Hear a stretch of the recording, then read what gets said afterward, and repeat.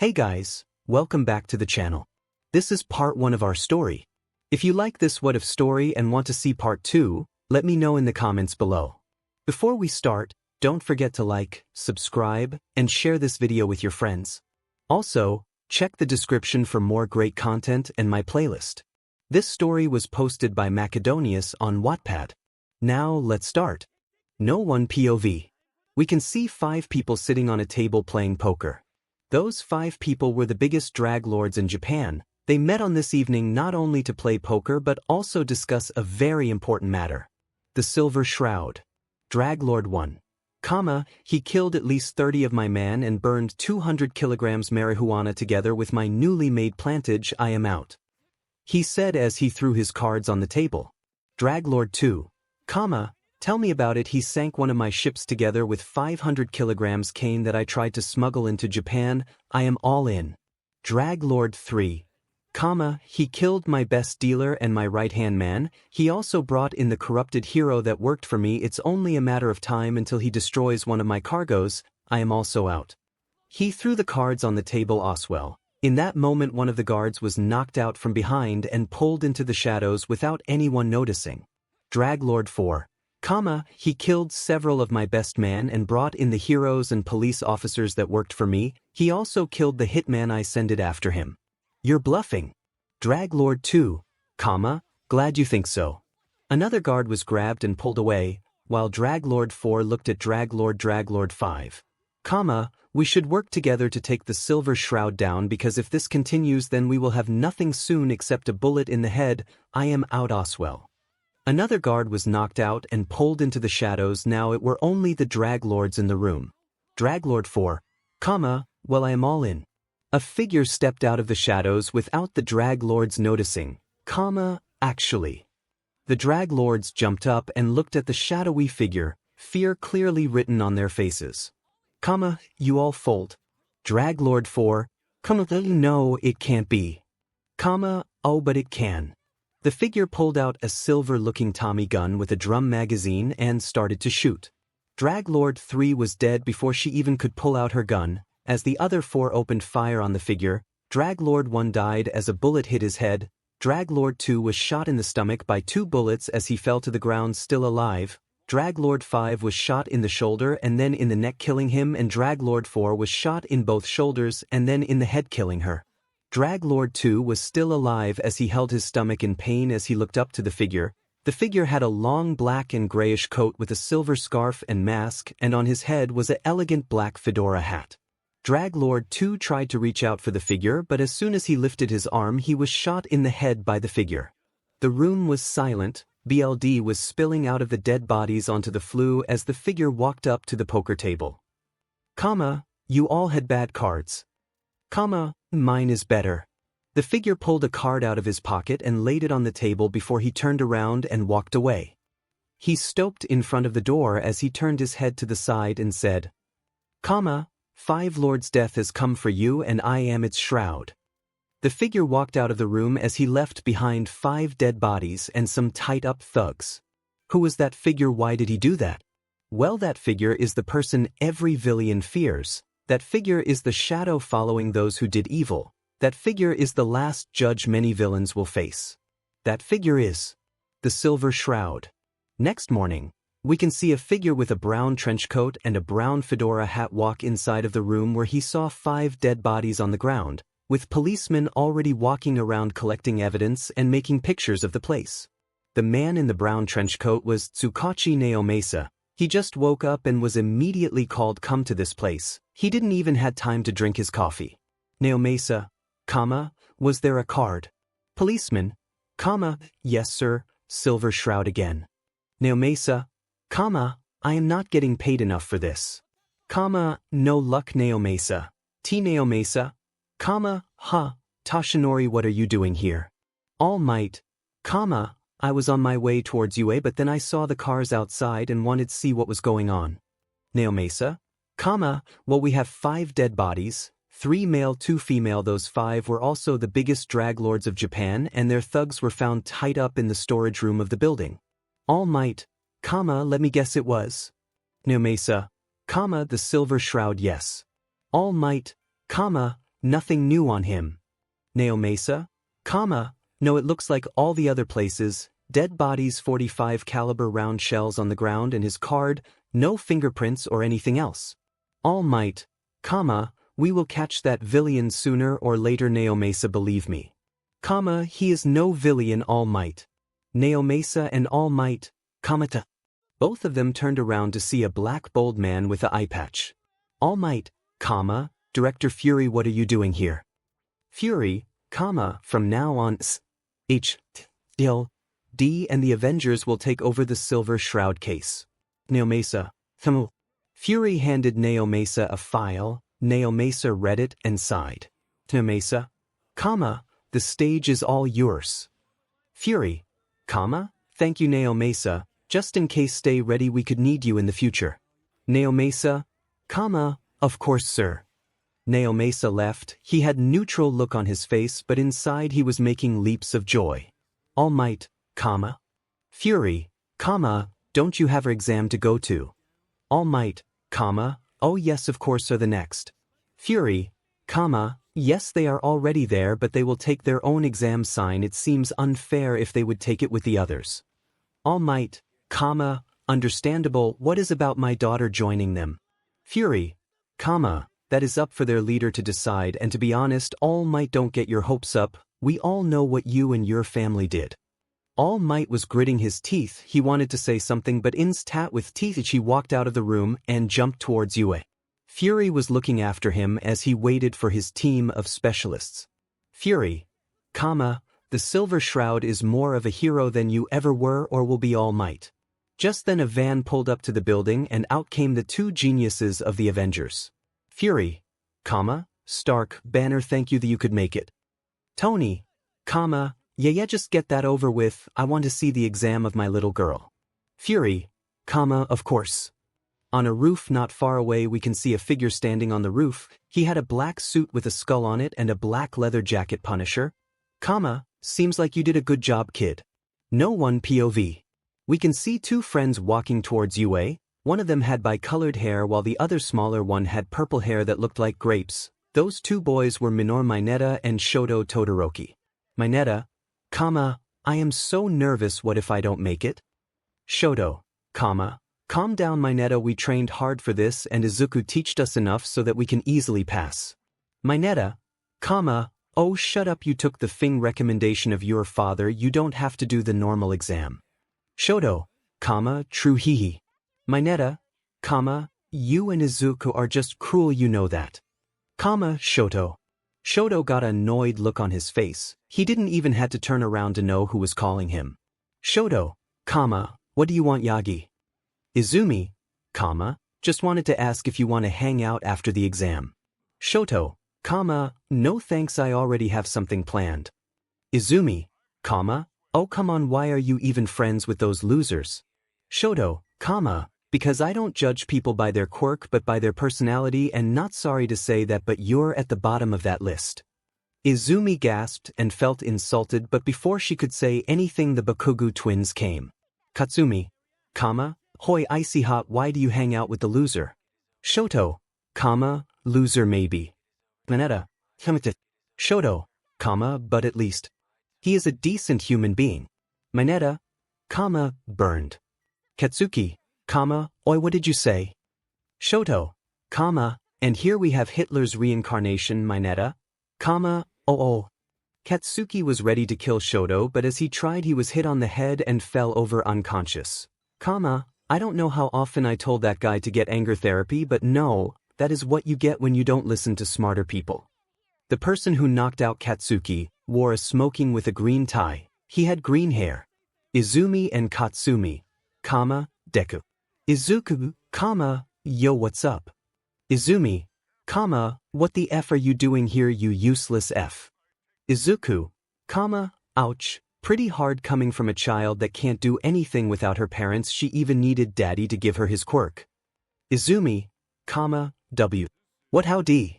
Shoto, why oh Izuku, why are you here? Izuku, I want to watch the exam for the support course, maybe I find some interesting individuals there. Mineta, of course that is the only reason you are here. Izuku, haha, of course I am here to wish my two best friends good luck with their exam, even so you don't need it, 𝐀𝐮𝐱𝐡.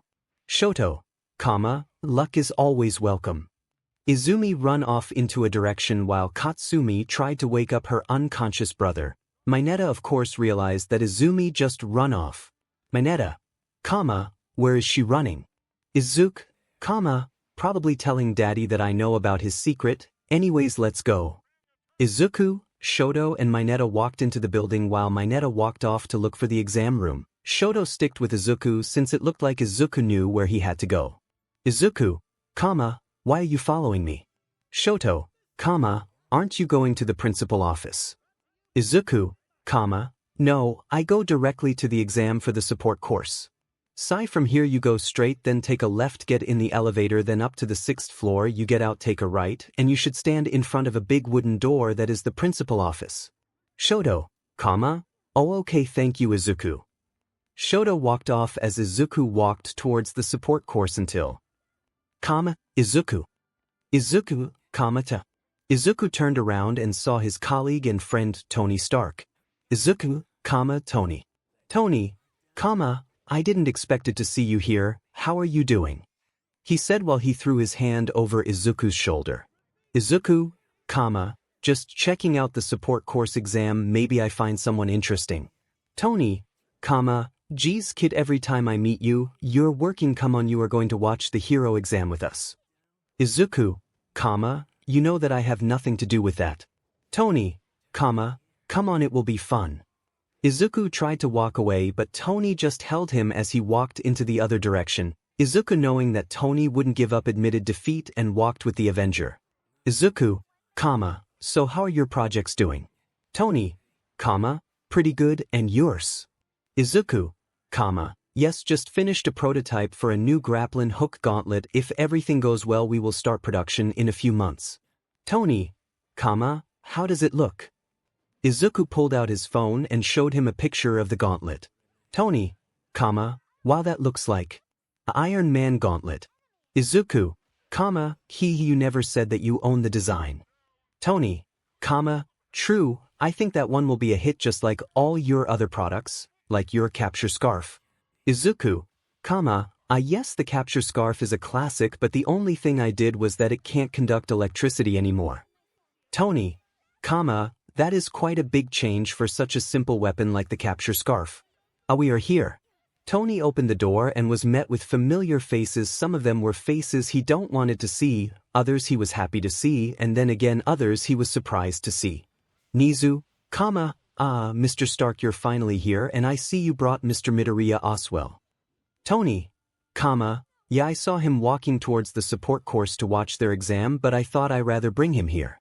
Aizawa, good to see you, problem child. Izuku, you as well, uncle. Then a man with black hair and glasses walked up to Izuku. Bruce, hello Mr. Midoriya, I think is the first time we meet, my name is. Izuku, Bruce Banner, I know, I was really impressed with your recent work about atomic destruction and recycling, it is very interesting. Bruce, I am glad to see that someone likes my work. Izuku, is that supposed to be a joke? I love your work, I would love to talk about different chemical situations, maybe over a cup of coffee or tea. Bruce, that sounds nice, maybe after the exam. Izuku, sure, I have nothing else to do today anyways. Nizu, nice to see that you're going along nicely, anyways the exam is about to start, you should sit down. Izuku, Bruce, and Tony sat down left besides Nizu. Izuku with his enchanted perception could hear the whispers in the room, but he mostly ignored them. Snipe whispering to 𝐶𝐮𝐿𝐼, those four are the smartest people on the planet. 𝐶𝐮𝐿𝐼 whispering to Snipe, I know, do you think they are just as sadistic as Nizu? Midnight whispering to Vlad King, Tony Stark IQ 186, Izuku Midoriya IQ 192, Nizu IQ 220, and Bruce Banner, nobody knows how high his IQ is. Vlad King whispering to Midnight, I am kind of afraid what happens when those four should work together. All Might whispering to Izumi, how did he find out? Izumi whispering to All Might, I don't know, he probably has someone to stalk us. 𝗀𝗱 was giggling and then whispered to them, no, he has no one on your tail. If you want to know, then let's just say you shouldn't have talked about it in an alleyway without knowing if someone was around, because he and me were there. All Might and Izumi, what? Nizu, All Might, does it give a problem? All Might, no sir. Nizu turned back to the monitor to watch the exam while the other three geniuses were looking at the papers of the written exam. Tony, while Minoru Mineta is the only one who got 91% of the exam right. Izuku, I expected nothing else from him. Bruce, you know him. Izuku, he is a friend of mine. I helped him study for the exam. Tony, you definitely did a good job. Izuku, I know. Nizu, he isn't bad at the practical exam as well. Izuku, how much does he have? Nizu, he has 75 points. Izumi, what? How is that possible? His quirk isn't that powerful. Izuku, his quirk isn't powerful naturally. He made it powerful through hard training and determination. Izumi, tch, they continued to watch the exam until Nizu got out the 0-pointer. Mineta saved a girl by throwing his ball at the 0-pointer's feet, causing him to be able to move. As Izuku was about to leave since the exam was over, Tony stopped him. Tony, wait, the exam isn't over. Izuku, but it is. Tony, the normal exam, yes, but now comes the special exam. Nizu, time for the next Gen Avengers. Izuku, okay, that should be interesting. Izuku sat back down as he waited for the next Gen Avengers to start their exam. Izuku recognized 2 of the 6 next Gen Avengers, one being Mei Hatsum Stark, the daughter of Tony Stark, and Mirio Togata, protege and nephew of Captain America. He will be 16 in this story.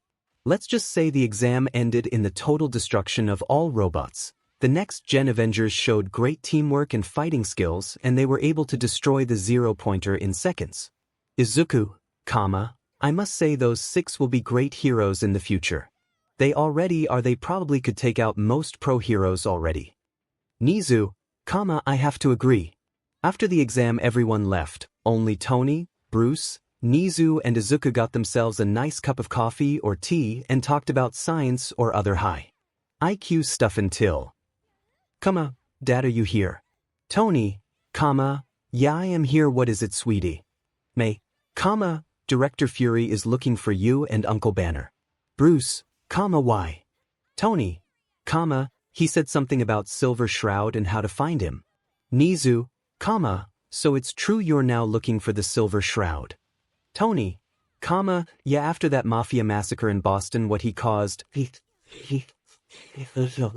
D decided to take the case since he is working on international level. Izuku, any luck? Bruce, we were just pulled to this case today, so no, but Fury has his eyes on him for a while already. Tony, anyways, we have to go when the boss is looking for us. Bruce, yeah, it was really nice talking to you, Nizu and Midoriya. It was an honor talking to you. Izuku, the honor is mine, Mr. Banner. I hope we can repeat this in the future. Bruce, I hope that as well. With that, the 2 Avengers left the room. Nizu, Silver Shroud, he is an interesting character indeed, but I question myself what Fury is planning to do with him. Izuku, a good question indeed. Time skipped this evening. Mei was in her Iron Man suit. She was on patrol with 𝐀𝐮𝐭𝐡𝐨𝐫. They were jumping and flying over the roofs. Mei, do you really think we will find him? 𝐀𝐮, no, but it doesn't hurt to look. But as soon as they reached the alleyway, they could hear shouting from it. Please have mercy.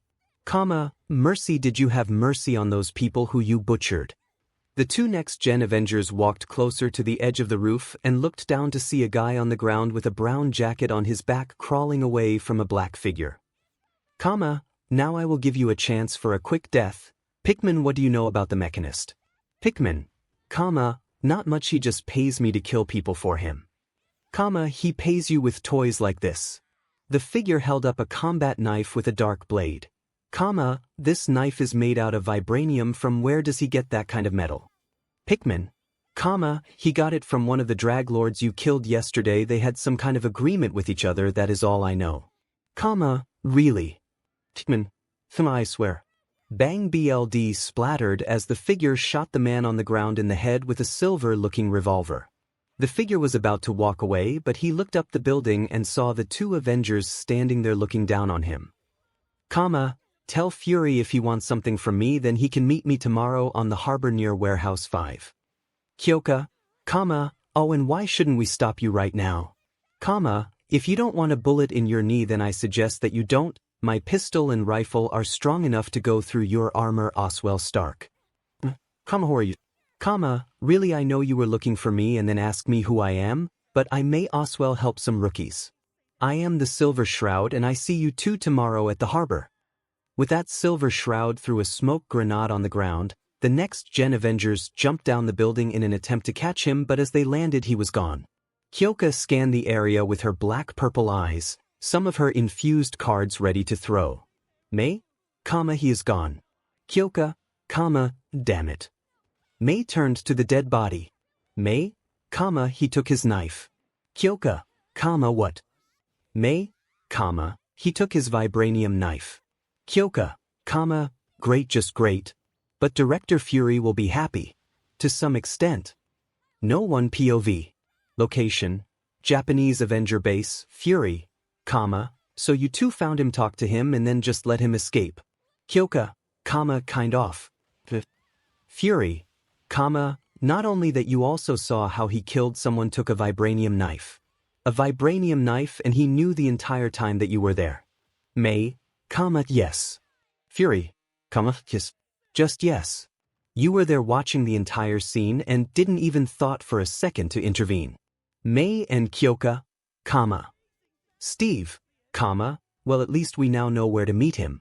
Fury, at least something. Did you find something else out? Kyoka, he is looking for a guy called the Mechanist. May, that Mechanist guy also was the one making that vibranium knife. Natasha, vibranium is a extremely rare metal. Besides the governments, the only ones able to get their hands on it would be people with connections or a lot of money like Stark. Peter, who was the guy he killed anyway? Carol, the name of the guy he killed was Robert Pickman. He was a hitman, serial killer, and artist, and let's just say he is a special artist. Carol held her hand before her mouth as if she was trying not to puke. Mom. A girl with long orange hair walked beside her mother. Carol, sorry. Pickman used the BLD and body parts and innards of his victims for his art. I once saw it myself, and it was disgusting, something that burned its way into my memories. Fury, the style. D was also after Pickman, but he always managed to escape us, but he didn't manage to escape the Silver Shroud. May, what is if that Mechanist guy paid Pickman to kill the Silver Shroud but he failed? I can't imagine that. Kyoka, Momo, Pickman always run away as soon as a SHIELD officer was around. What tells me that he isn't a guy who picks a fight with someone he can't defeat, so he ambushes his victims. And as much as you told us about the scene tells me that the Silver Shroud was the one to ambush Pickman, meaning that he wasn't here for him but maybe for someone else. Good thinking, and of course you are right. All the Avengers jumped up and looked around looking for the source of the voice. I am very sorry to interrupt your little meeting here. They looked at a monitor who showed a dark figure with a hat on its head. Fury immediately knew who that person was. Fury, Silver Shroud, I thought our meeting was this night. Silver Shroud, yes, sadly it gave a little change of plans since it looks like the Japanese Hero Commission found out about our little meeting and already positioned the top 10 there. Tony, so is our meeting cancelled? Silver Shroud, of course not. I just wanted to give you guys a head up that there will be quite a show this evening. If the Japanese should try something stupid, I suggest you were something against nuclear radiation. And with that the monitor went blank. Carol, nuclear radiation. Banner, you don't think he has some kind of atomic weapon, do you? Fury, I hope not, but if he has, we have a big problem. Steve, can somebody tell me how the Japanese found out about the meeting in the first place? Tony, No I did, but I am kind of excited for the show that is about to go down. May, I don't know why, but I am too. Time skip this night 10 p.m. Location, Tokyo Harbor, in front of Warehouse 5 Fury, everyone in position. All over intercom, yes. Fury couldn't convince the Hero Commission to pull back the top 10, they were hiding right now since they thought that the Silver Shroud was only expecting the Avengers. Oh, how wrong they were. Right now we can see some of the Avengers and the 6 next-gen Avengers standing in front of the warehouse. Steve, he should be here by now, shouldn't he? Carol, he said something about a show. And I normally deliver. All the Avengers and next-gen Avengers looked up and saw the Silver Shroud standing on top of the warehouse with his silver ring laying on his shoulder. Fury, Silver Shroud, so we finally meet. Silver Shroud, it's an honor to finally meet you, Director Fury. Fury, I normally prefer it to talk to people from face to face, Silver Shroud. I know, but I can't also tell the top 10 to come out of their hiding spot. Fury, he knows you're here, you can come out. The top 10 heroes of Japan came out of their hiding spot, they were surprised that he knew that they were here. Silver Shroud, I hacked into your computers, that's how, All Might, give up villain, you know you can't win. Silver Shroud just looked at the symbol of peace before he started to laugh. The people watching were freaked out by the laugh of the Silver Shroud, well at least most of them, only All Might was gritting his teeth as he was being laughed at. Silver Shroud, that is rich coming from someone like you couldn't even catch All for one and he was half dead. All Might, how did yo? Fury, why did you want to meet us, Shroud? Silver Shroud, you know that I am looking for a guy called the Mechanist, right? Fury, yes, and what does that have to do with us? Silver Shroud, well, the Mechanist builds robots and he uses those robots to do evil. Not only that, he also is working on a robot at the moment who could let Ultron look like a bad joke. Tony, you have to be kidding me. Steve, a robot more dangerous than Ultron. Silver Shroud to Tony, sadly not as much as I know about that new robot is that it has some kind of nuclear weapon on it. Tony, nuclear. Steve, weapon. Silver Shroud, this warehouse is one of the warehouses the Mechanist uses and he storages here a special material. The Silver Shroud held up a silver-looking canister with a yellow and black sign on it. He opened a part of the canister and a greenish light could be seen coming out of it as he opened it, the canister completely showing an atomic rod inside it, before closing it again. Silver Shroud, that is exactly what you think it is, and in this warehouse is enough of that stuff to build an atomic bomb with the same strength as the bomb that was dropped over Hiroshima. The Avengers and other heroes that were there were scared. How could someone get that much atomic material without anyone realizing? Silver Shroud, this is also the reason I wanted this meeting to happen. I can't defeat him alone since he has an army of robots by his side, one stronger than the other. He also has several bases across Japan and I am not fast enough to clear them all. Fury, do you know where they are?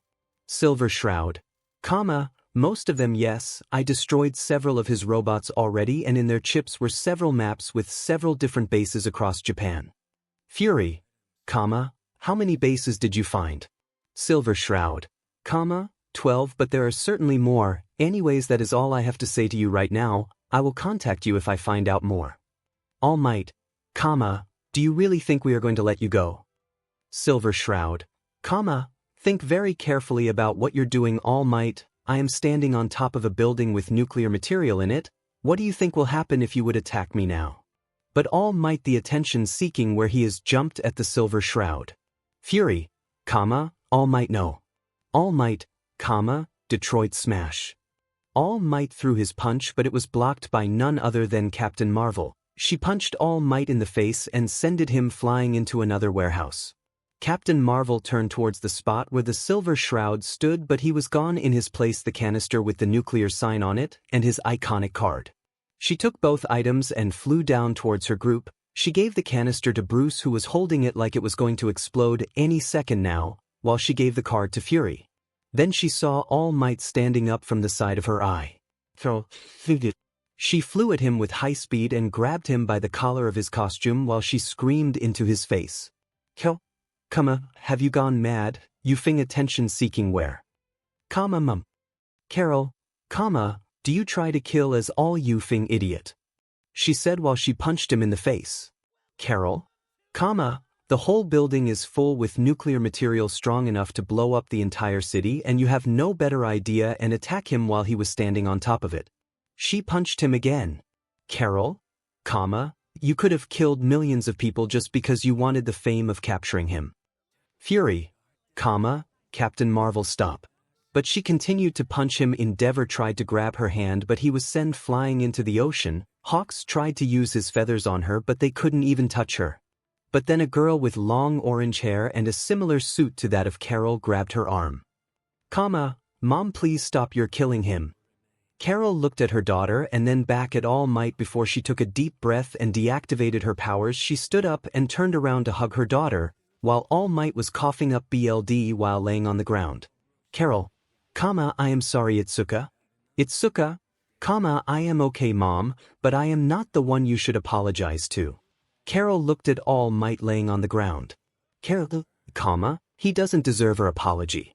After that they walked back to their team while letting the other Japanese heroes deal with a heavily beat-up All Might. Fury, I don't say that he didn't deserve that but try to control your anger next time. Carol, no promises. Then a S.H.I.E.L.D. agent approaches Fury. Agent, sir, the Silver Shroud said the truth, the whole building is full with nuclear or other dangerous material. Steve, that just gets better and better, he didn't even told us where those bases are. Fury, he will no fear. Fury showed everyone the Silver Shroud card before he turned it to show them the backside of it where was something written on it. Meet you at your base. Silver Shroud. While the Avengers went back to their base, we can see someone smirking at a video he recorded on a video camera. That someone was the Silver Shroud. Silver Shroud, let's see how the public reacts to this All Might. No one POV. The day after the meeting between the Silver Shroud and the Avengers was chaos pure.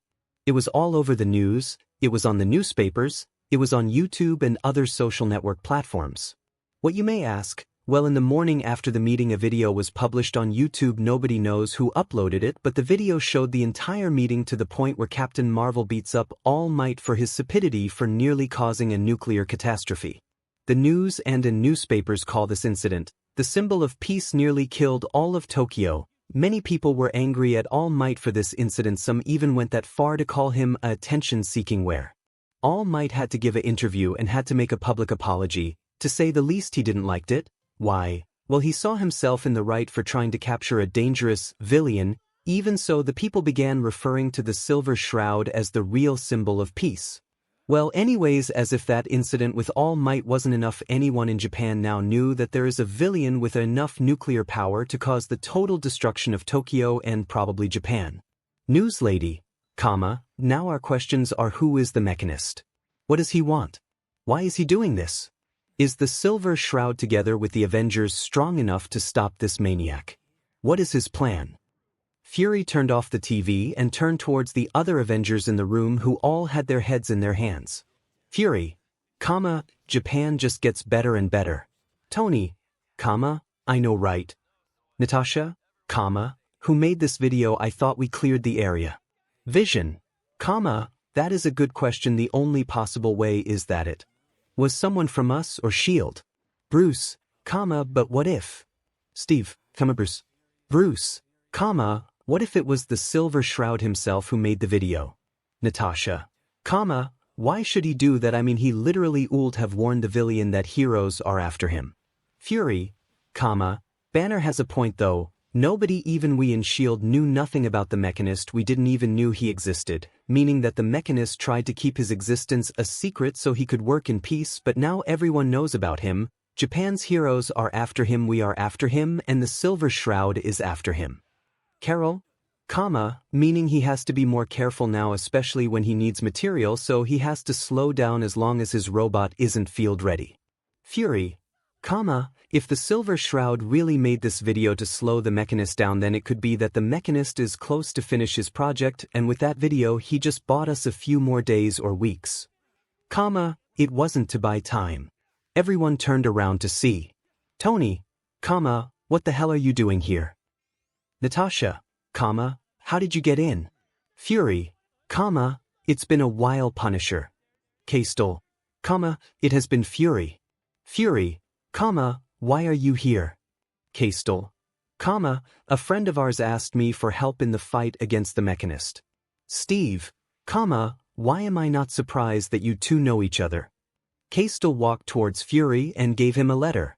𝐀𝐮𝐬𝐴, the kid and I met a few years ago. We worked together in the past and I also teached him some of my tricks.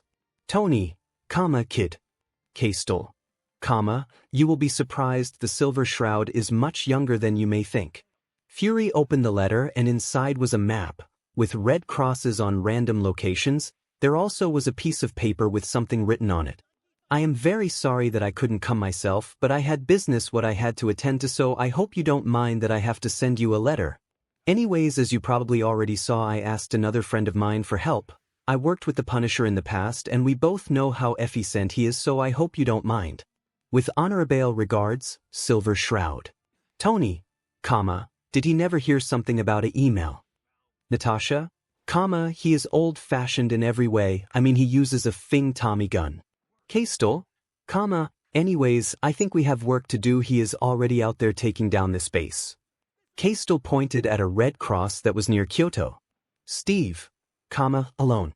𝐀𝐮𝐬𝐴, yeah, he isn't much of a team worker. He is used to work with me, but when he can, he solves his problems alone. Fury, before you said something about it wasn't to buy time. What do you mean? 𝐀𝐮𝐬𝐴, Shroud made the video, yes, but he didn't do it to buy time. Bruce, for what then? 𝐀𝐮𝐬𝐴, Shroud always tries to catch two flies in the price of one. Think for a moment who is suffering the most backdraw thanks to the video. All Might. 𝐀𝐮𝐬𝐴, Shroud was never a friend of All Might or any Japanese hero. Since he started his work and became Silver Shroud, he tries to rebuild or reform the Japanese hero society. I don't know why, but it's probably personal business. Fury, you seem to know a lot about him. Answering some of our questions. 𝐀𝐮𝐬𝐴, only one. I don't want him to shoot me in the knee. Everyone in the room gulped, even Fury. All of them were thinking what kind of question they could ask. After a while, Bruce stood up and asked. Bruce, what is his quirk? He simply disappeared in thin air. Is it teleportation or an enchanting quirk? Since the video from the Boston Massacre, we saw that he is stronger than most normal people. He also seems to have no limit when it comes to endurance. He also seems to know where his enemy is, making it impossible to ambush him. 𝐀𝐮𝐬𝐴, you could have just asked what is his quirk. You didn't needed to list all those things up. Bruce, what is his quirk? 𝐀𝐮𝐬𝐴, he is quirkless, but he has his own version of the super soldier serum. Everyone, what? No one. POV. We can see the 6 next-gen Avengers walking through the halls of UA in search for their new class. Mirio, I am all fired up. Kyoka, we know, don't need to scream. Itsuka, I am kind of nervous. Yeah, why? I mean, nobody of them would dare to mess with you. Nobody can keep up with us, so no need to be nervous. Itsuka, that is easy for you to say. Mashireo, Ojiro, Barton, you just beat them up or shoot them with your arrows if they mess with you. Ojiro, I know, and that's why nobody dares to mess with me. Mirio, yeah, please hold back this time so that we can make some friends. Ojiro, come on guys, I am not that bad. Momo, remember that guy we had to arrest during our mission in Paris? Ojiro, yeah, why? Momo, you literally beat him to a bloody pulp just because he insulted you and your bow. Ojiro, nobody insults me or my bow without consequences. Itsuka, that is why I am nervous. Kyoka, I am with you on this one. Itsuka, guys, Ojiro, but he deserved it. May, guys. Momo, we were supposed to interrogate him after we capture him. He couldn't even talk anymore after you beat him up. Guys. Itsuka, how do you think will they react to me, since my mom beat up All Might?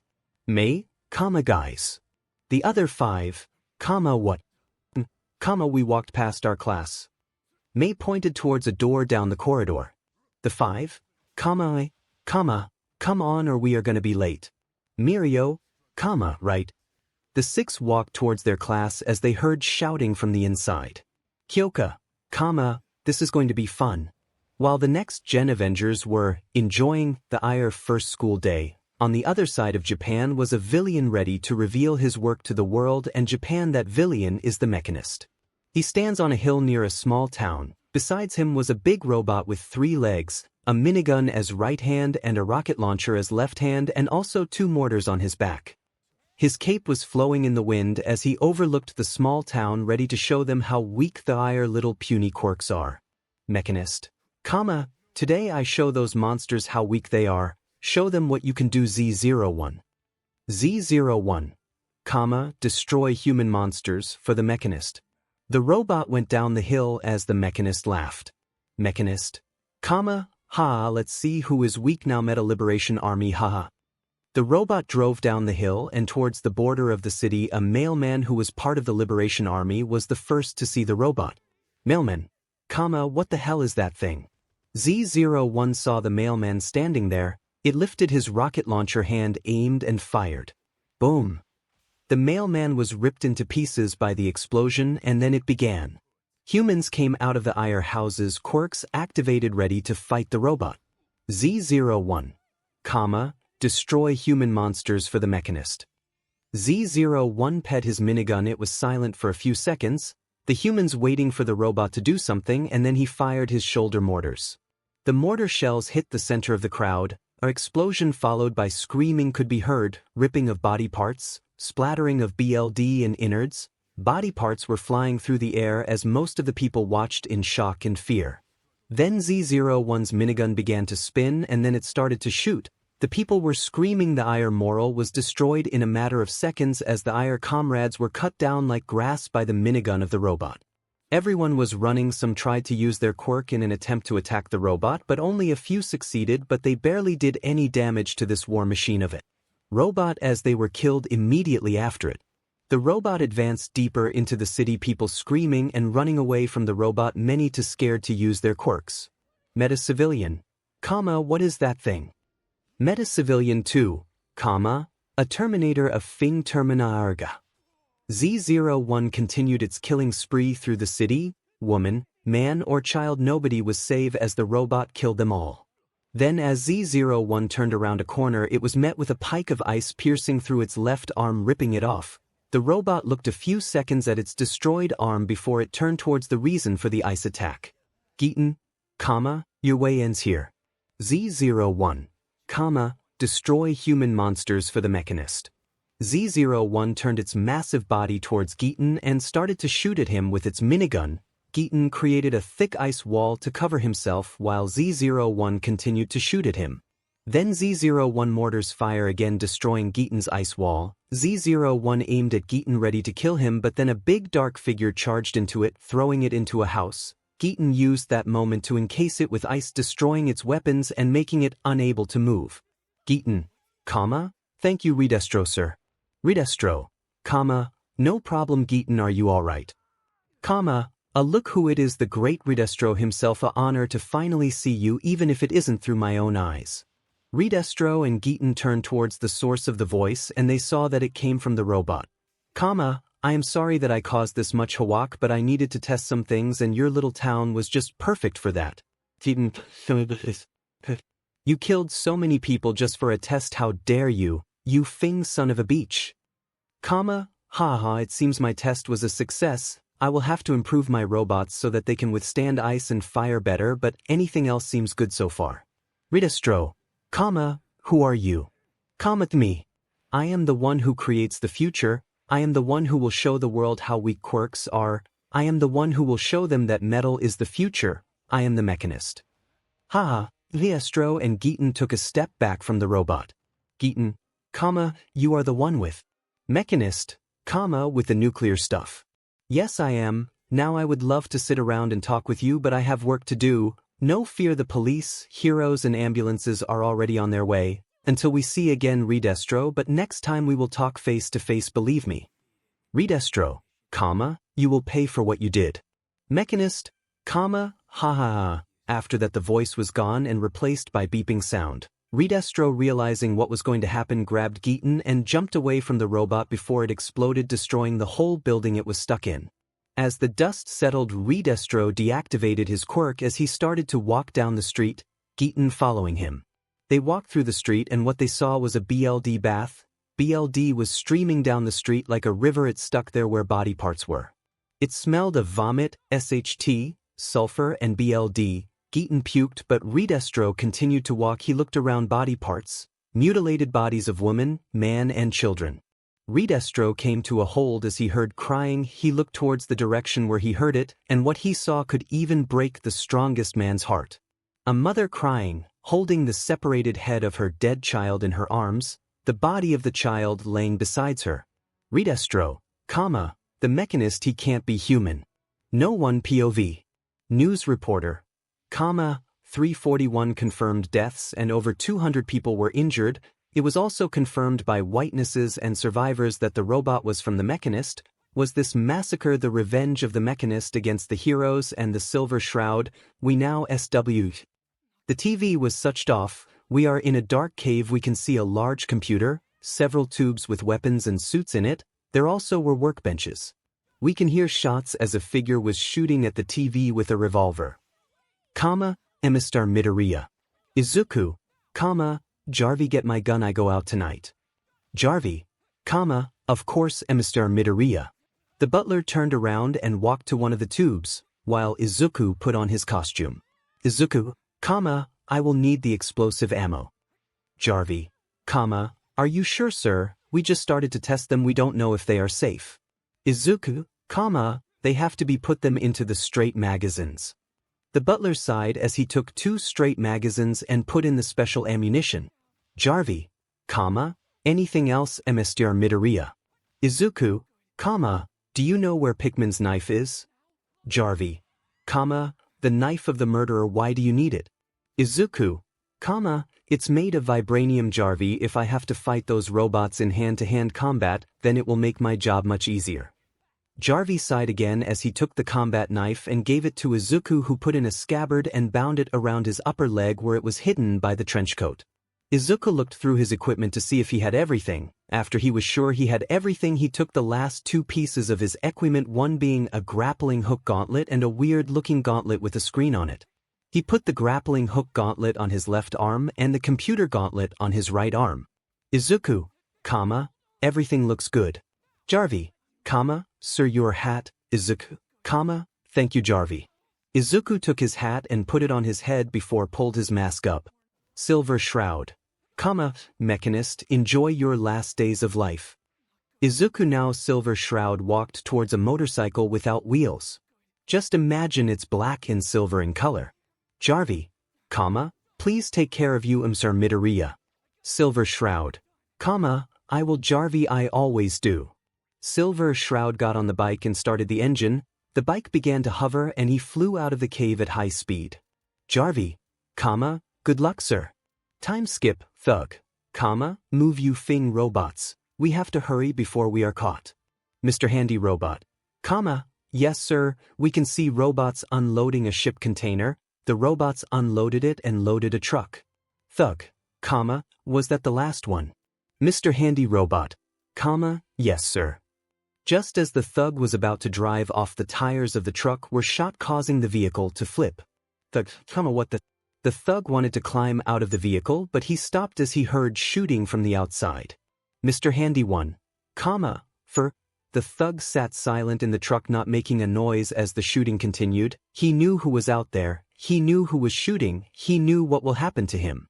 Mr. Handy 2, the 4. Bang, Silver Shroud, I just need your chip. The thug could hear the sound of metal being scrapped and bended. The thug dared a look. He pulled himself up to the window and looked outside, and he saw nothing. He saw the destroyed robots, but there was no person there. The thug was confused. Didn't he just heard how someone ripped the robots apart? Silver Shroud, looking for someone. The thug froze as he heard the voice behind him. He turned his head to look behind him, but as soon as he did that he was grabbed from behind. He was pulled out of the driver cabin and thrown into a wall. He caught as all the air left his lungs and he tried to get it in. He looked up and saw the Silver Shroud standing in front of him. He then was grabbed by his collar and lifted up before he was smashed into the wall, creating cracks in the wall by the force he was pushed into it. Silver Shroud, you will tell me everything you know about the Mechanist. Thug, 𝐀𝐮𝐭𝐡𝐨𝐫 entender. I am not telling you anything even if you could understand me. Silver Shroud looked at the thug a few seconds in silence before. Silver Shroud, I do, and you will. Then a crack was heard followed by a scream of pain. When the police arrived after someone called them because of shots and screams heard at the harbor, they were shocked to see at least 20 destroyed robots. When they walked to the return truck, they heard a whimper like that of a child.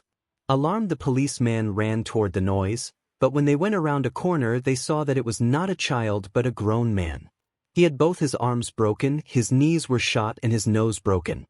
Who did that had also ripped out some of the poor man's fingernails and apparently some teeth. Then there were the eyes, one hang halfway out of its socket. Thug, 𝐶𝐮𝐬𝐴. Policeman 1, who did this? Thug, 𝐶𝐮𝐬𝐴. Policeman 2, can you understand what he is saying? I will call an ambulance. While Policeman 2 was calling for an ambulance and backup, Policeman 1 helped the thug. As he took care of him, he saw a card laying on the ground. His eyes widened as he saw the card. Policeman 1, the Silver Shroud. Thug, Mechanist. Policeman 1, Thug, he angry. Policeman 1 listened to the thug. Even so, he mostly spoke in a language what he couldn't understand, but the last word he said on Japanese. Thug, rage. After that, the ambulance came and picked the thug up, while the other police officers were looking for evidence. Policeman 1, yo partner, did you find something? Policeman 2, no, the only thing we found out was that those robots were from the Mechanist and you. Policeman 1, a card. Policeman 2, Silver Shroud. Policeman 1, yeah. Policeman 2, well, he isn't our problem anymore. Let's wrap up here and call S.H.I.E.L.D. The Shroud is their problem. Somewhere else, we can see the Silver Shroud standing on a building overlooking Tokyo as a figure approached him. Silver Shroud, I know that you don't have the best memories here in Japan, but I am glad that you are ready to help us. Well, what can I say? I still owe you a favor. Also, who knows what he will do when he is finished with Japan? Silver Shroud, I understand. He turned around to face the person behind him. Welcome back to Japan, Lady Nagant. No one POV. It has been a week since the massacre and the Silver Shroud is still on a rampage against everything that has even a little bit to do with the Mechanist. The Avengers in that time raided 5 bases of the Mechanist, but sadly besides a few robots and material they found nothing about the main base of the Mechanist. Right now we can see the next-gen Avengers together with their class sitting in a bus driving towards the USJ as the class was talking about the newest reports of the Silver Shroud. Kaminari, he took out 50 robots last night and killed 2 men as he raided a base of the Mechanist by himself. Kirishima, wow, that is so manly. Besides the killing part. Katsuki, he is just a villain, stop hyping him up so much. Ojiro, you are stupid, are you? The Silver Shroud is many things but not a villain. Katsuki, what did you say, Tailman? Ojiro, first of all my name is Ojiro, and second of all the Silver Shroud is a Fing anti-hero. If he would be a villain then he would have never told the Avengers or anyone else about the Mechanist, and Instat would have tried to take him down completely by himself. Shoto, a villain would never ask a hero for help, especially not the Avengers, but the Silver Shroud, he is smart enough to see when he can't win something by himself. He knows that he is strong enough to take down the top 10 of Japan by himself. If I dare say, I think that he even could take down some of the Avengers as well. Katsumi, as if. Jiro, no, Todoroki is saying the truth. Me and May once ran into him. We thought we could ambush him, but he knew we were there the entire time. He just ignored us. Mirio, he also knew about the top 10 hiding at the harbor before we did. Itsuka, that he still came even knowing that the Avengers and the top 10 were there shows that he isn't afraid of us. He probably even knew that All Might would try to attack him. Izumi, and if your mom wouldn't have stopped him, then the Silver Shroud would have been already behind bars. May, no, if Captain Marvel wouldn't have stopped him, then we would be all dead and Tokyo would be a burning pile of ash. So you can imagine it like that. All Might was the child that was about to do something stupid and Captain Marvel was the teacher to stop him and teach him how stupid that was. Izumi, don't you call? Aizawa, everyone shut up, we are here, get out of the bus. Meanwhile, in another part of Tokyo, Thug, please don't I say you everything I know. Silver Shroud, what do you know about the Mechanist? Thug, not much, I swear. I only worked for him to transport some material. I only know the parking place where I parked the truck. I got paid and that was it, I swear. Shroud pointed his Tommy gun at the villain. Silver Shroud, you sure? Thug, no, he also called me yesterday. He wanted me to join in on an attack. Silver Shroud grabbed the thug by the collar as he lifted him up and slammed him into a wall. Silver Shroud, they attack on what? Thug, the USJ. He joined forces with another organization called the League of Villains. They plan to attack the USJ in an attempt to kill All Might. Silver Shroud, when? Thug, today in half an hour from now on. Silver Shroud, is that all? Thug, I wet my bed until I was 14. Silver Shroud let the thug go and put him in cuffs. Silver Shroud, you're smart. With that he left the thug in cuffs waiting for the police. Silver Shroud went to his hoverbike and got on it. He started the engine and flew off towards UA and the USJ, as he called someone over the computer on his bike. Lady Nagant, what is it? I am busy. Izuku, is 𝐀𝐮𝐽 still with you? Lady Nagant, yes, why do you ask? Izuku, stop being lovebirds then and head to the USJ. I found out that the Mechanist will attack there together with some other villains. I am on my way already. Lady Nagant, okay, we are on our way. With that she hung up as Silver Shroud sped up, flying over the roofs of Tokyo as he saw UA on the horizon. Silver Shroud, I am coming for you, Mechanist.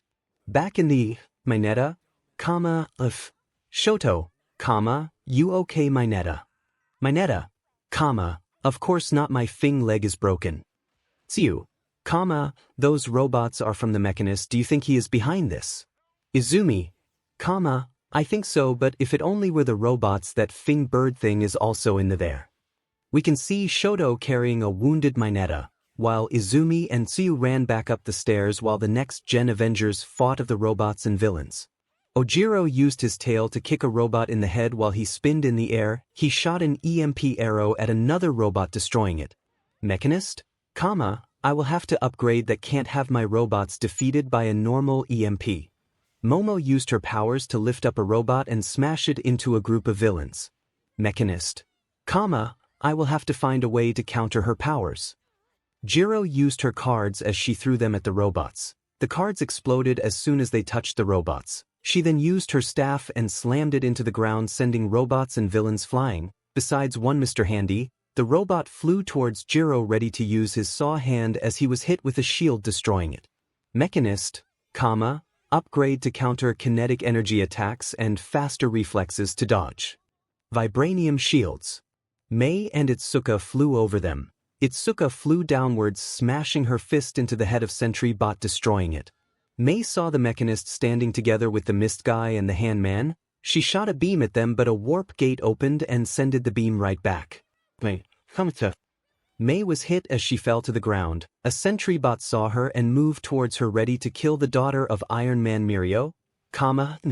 Mirio tried to reach her, but he was stopped by a group of villains. Sentry Bot, destroy humans for the Mechanist. The Sentry Bot aimed his gun at May, ready to shoot. May covered her eyes as she waited for the final shot, but instead she heard several shoots followed by gasps. She opens her eyes to see the bot just standing there not moving as it slowly fell backwards destroyed. What the? You okay?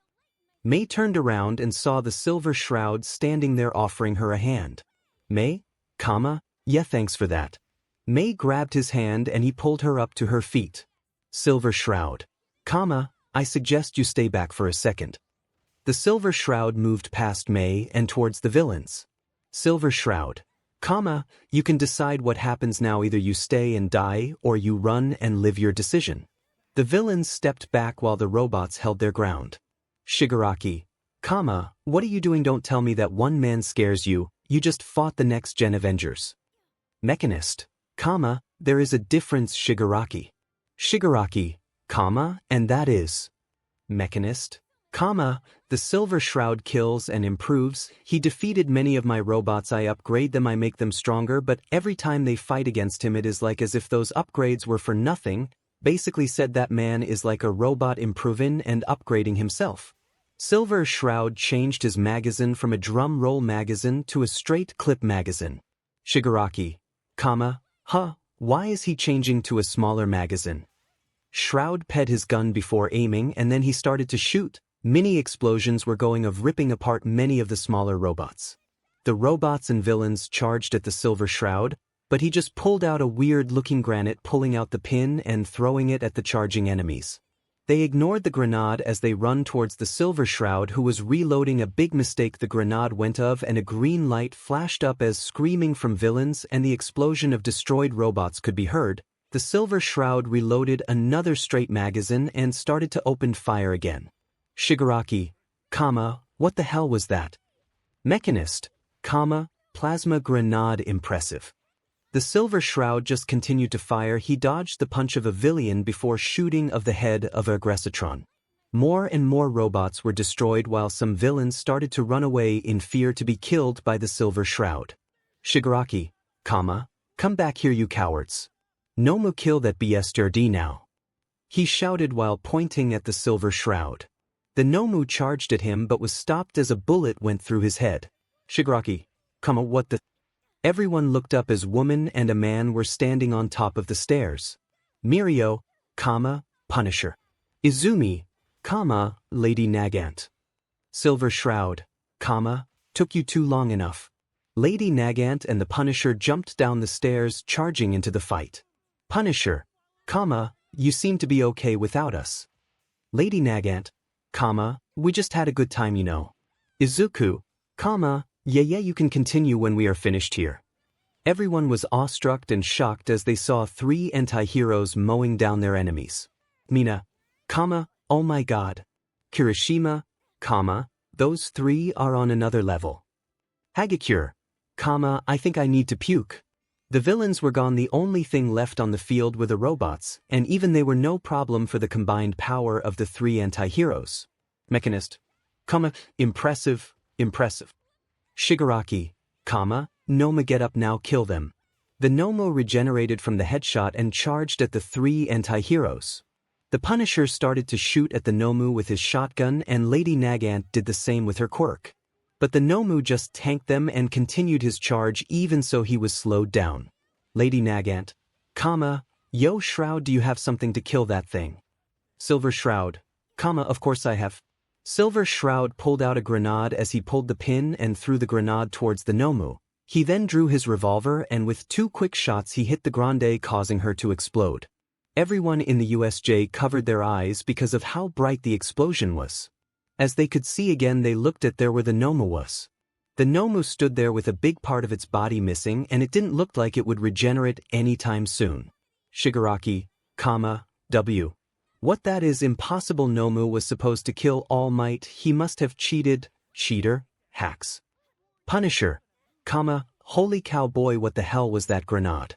Silver Shroud, it gives two ways how to deal with a healing quirk. Option 1, wound him badly several times over so that the quirk can't heal him fast enough, or option 2, destroy his cells so they can't heal, and as you can see I choose option 2. Lady Nagant, what was in that grenade?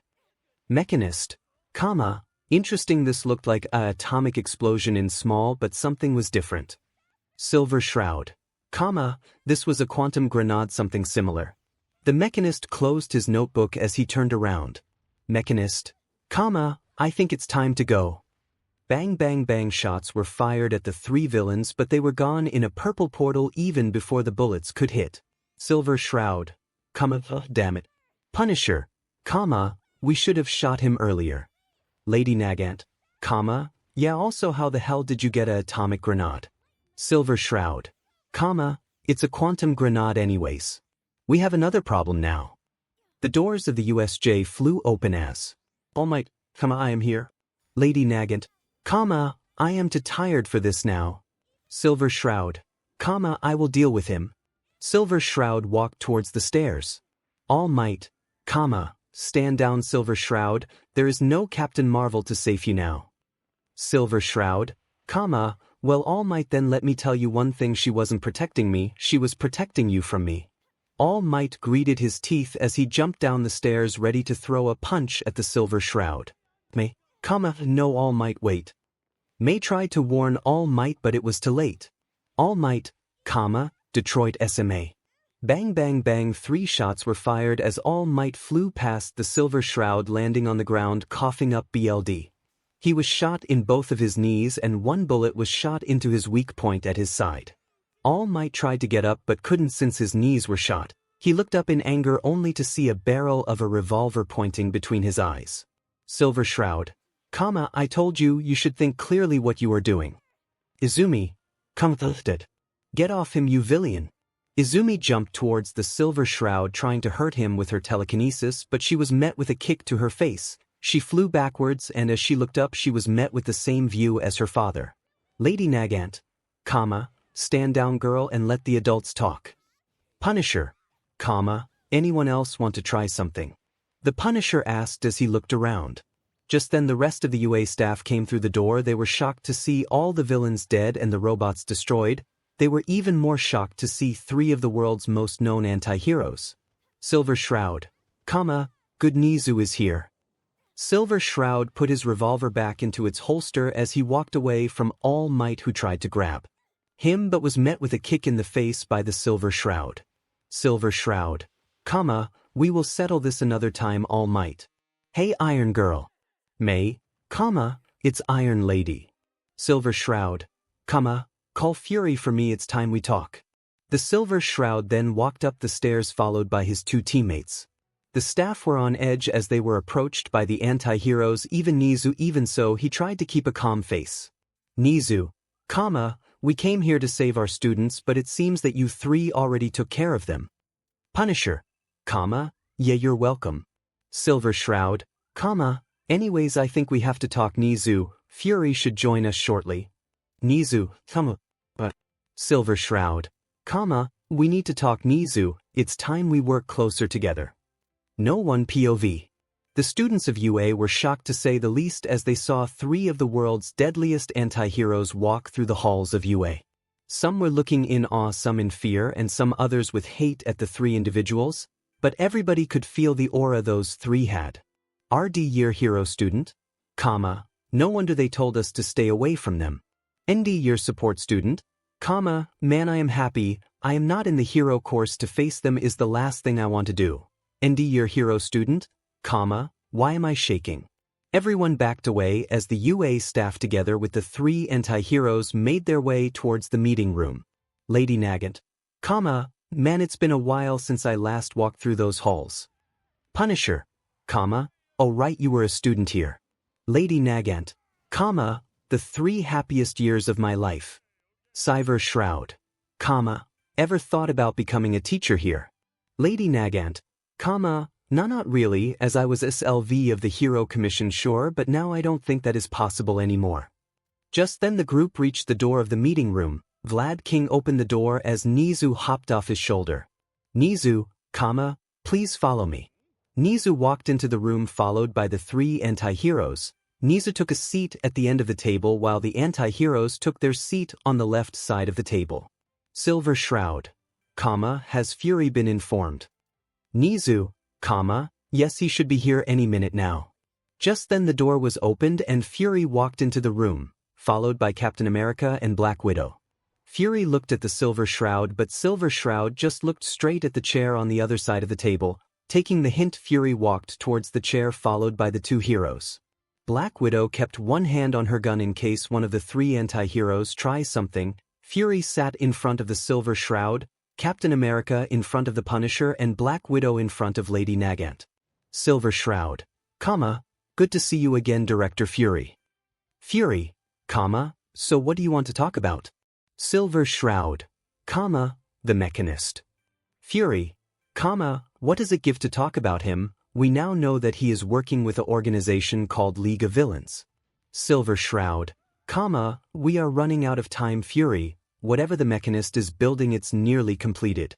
Black Widow, how do you know that? Silver Shroud, I have my ways. Black Widow, one of them is to always being one step ahead of my opponent. Fury, is that so?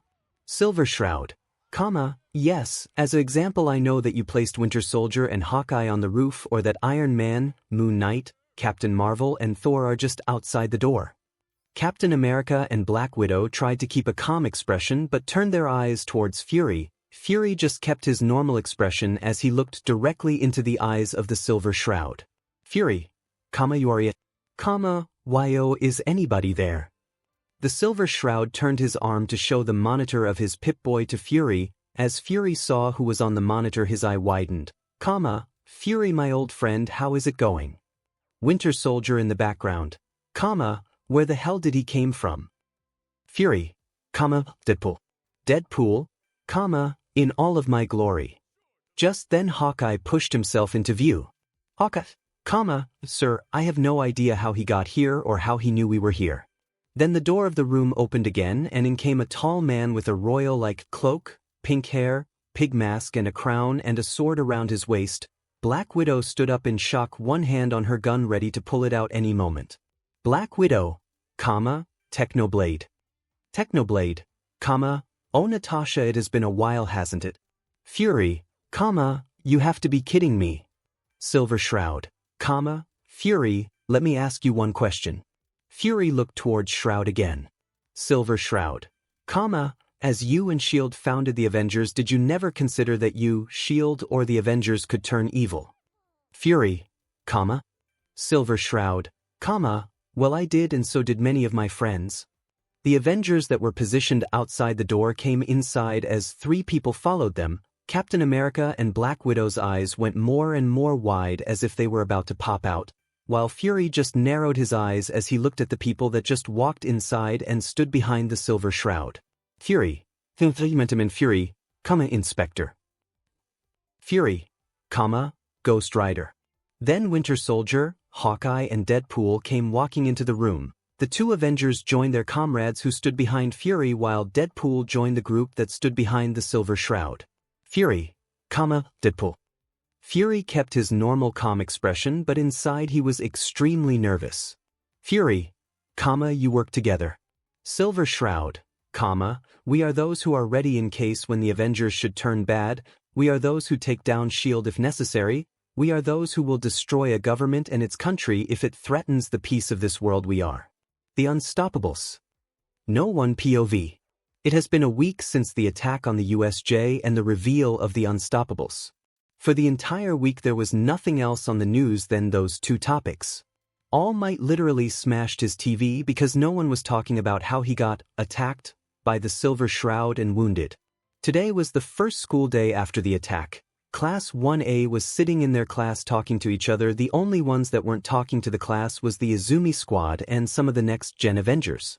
Tsuyu, even so he killed nearly all of them. I must say it was really cool to watch him. Toru, I know, right, it looked so bad for us but it looked so easy for him, it literally looked like a cakewalk for him. Mina, yeah, and he didn't even use his quirk, or has he? Uraraka, don't know, he could have a mind quirk or a quirk that helps with his aim like Snipe Sensei has. On the other side of the class, Ojiro was staring out the window as he heard the conversation and retorted while continuing watching out the window. Ojiro, he is quirkless. Momo, Ojiro. Everyone looked at Ojiro with a questioning look. Kirishima, who is quirkless? Momo, no one. 𝐻𝐼𝐻, the Silver Shroud, he is quirkless. Momo, 𝐀𝐮𝐭𝐡𝐨𝐫. 𝐻𝐼𝐻, what they would have found out anyway sooner or later. Katsuki, bullshit. Izumi and her gang were standing fuming with anger. Izumi, there is no way that a quirkless BSTRD could kill so many people and robots without a quirk. Jiro, there is a way, it's called skill, and intelligence. Mirio, and the right equipment at the right time.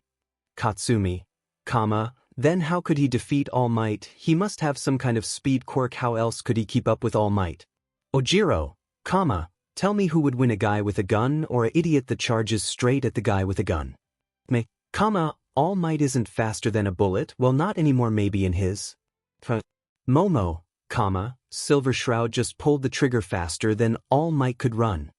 Ojiro, yes, but he also has an amazing aim. I mean, he managed to shoot All Might 3 times in less than a second, and 2 of them were aimed for his knees, and knees are hard to hit, especially when the target is moving as fast as All Might. Izumi, see, so he must have a quirk. May, know that what he did is called a quick draw. Izumi went to retort, but before she could, Aizawa walked into the class looking like a mummy. The class went silent as Aizawa began his lecture. Meanwhile, with Izuku just woke up as he walked down towards the kitchen of his mansion. As he opened the door of the kitchen, he was met with the smell of pancakes and bacon. Jarvi, good morning, Midoriya, have you slept well? Izuku, I have, Jarvi, the patrol last night was harder than I thought. Jarvi, I can imagine. Izuku sat down at the table as Jarvi brought him a mug with coffee and a plate with pancakes and bacon. Izuku, is something planned for today? Jarvi, no sir, as much as I know you have a free day today. Izuku, have the parts arrived that I ordered? Jarvi, they have arrived 2 days ago, sir. Izuku, then we should finish our job, should we? Jarvi, yes sir, but first eat your breakfast. Izuku, yes Jarvi. Izuku began eating his breakfast as Jarvi turned around, a soft smile on his face.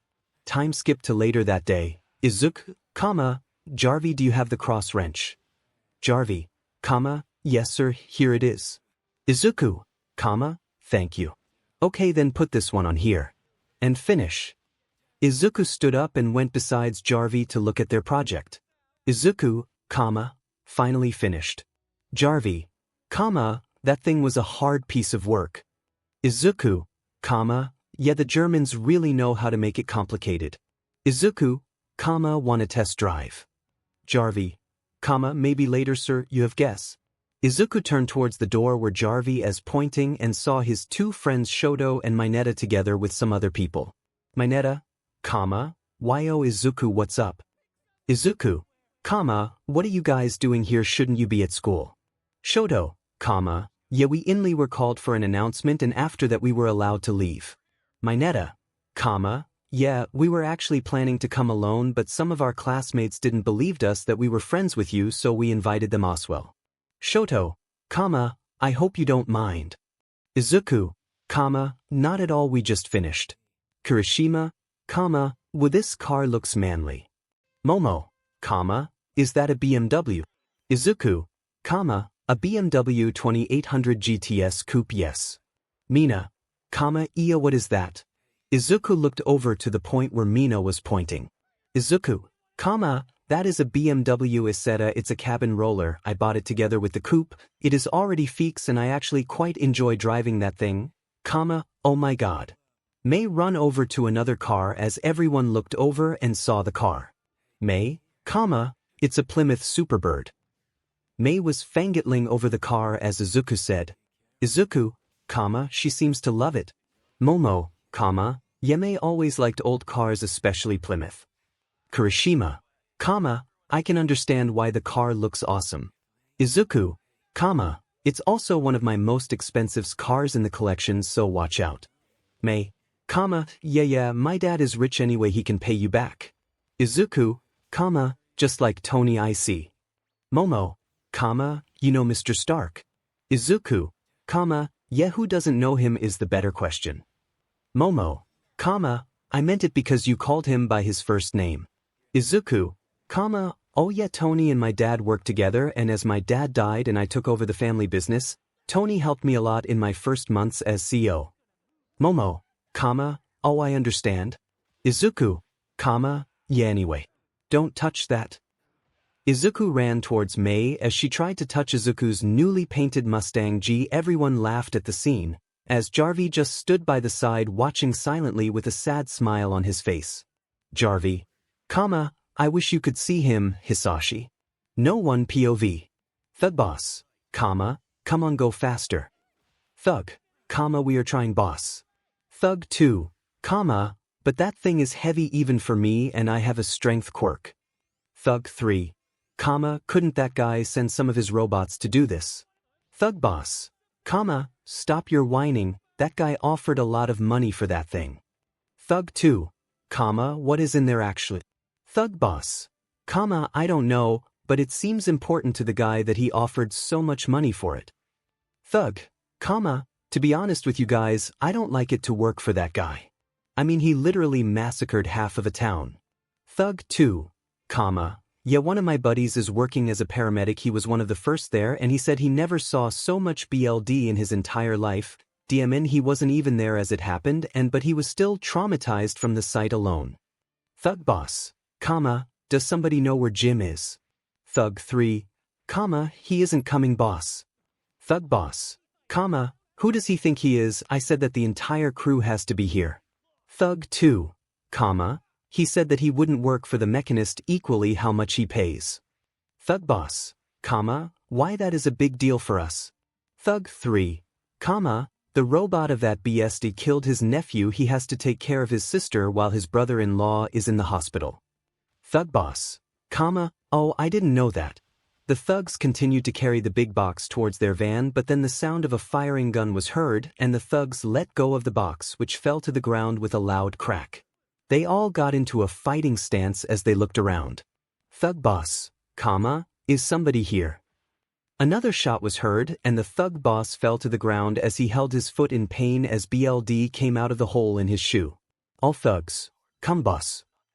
One thug kneeled down beside his boss as he tried to help him while the others looked around in the dark, fear clearly written on their face. You should have stayed at home just like Jim. Thug 2, who is there? You know who I am the one you don't want to make angry.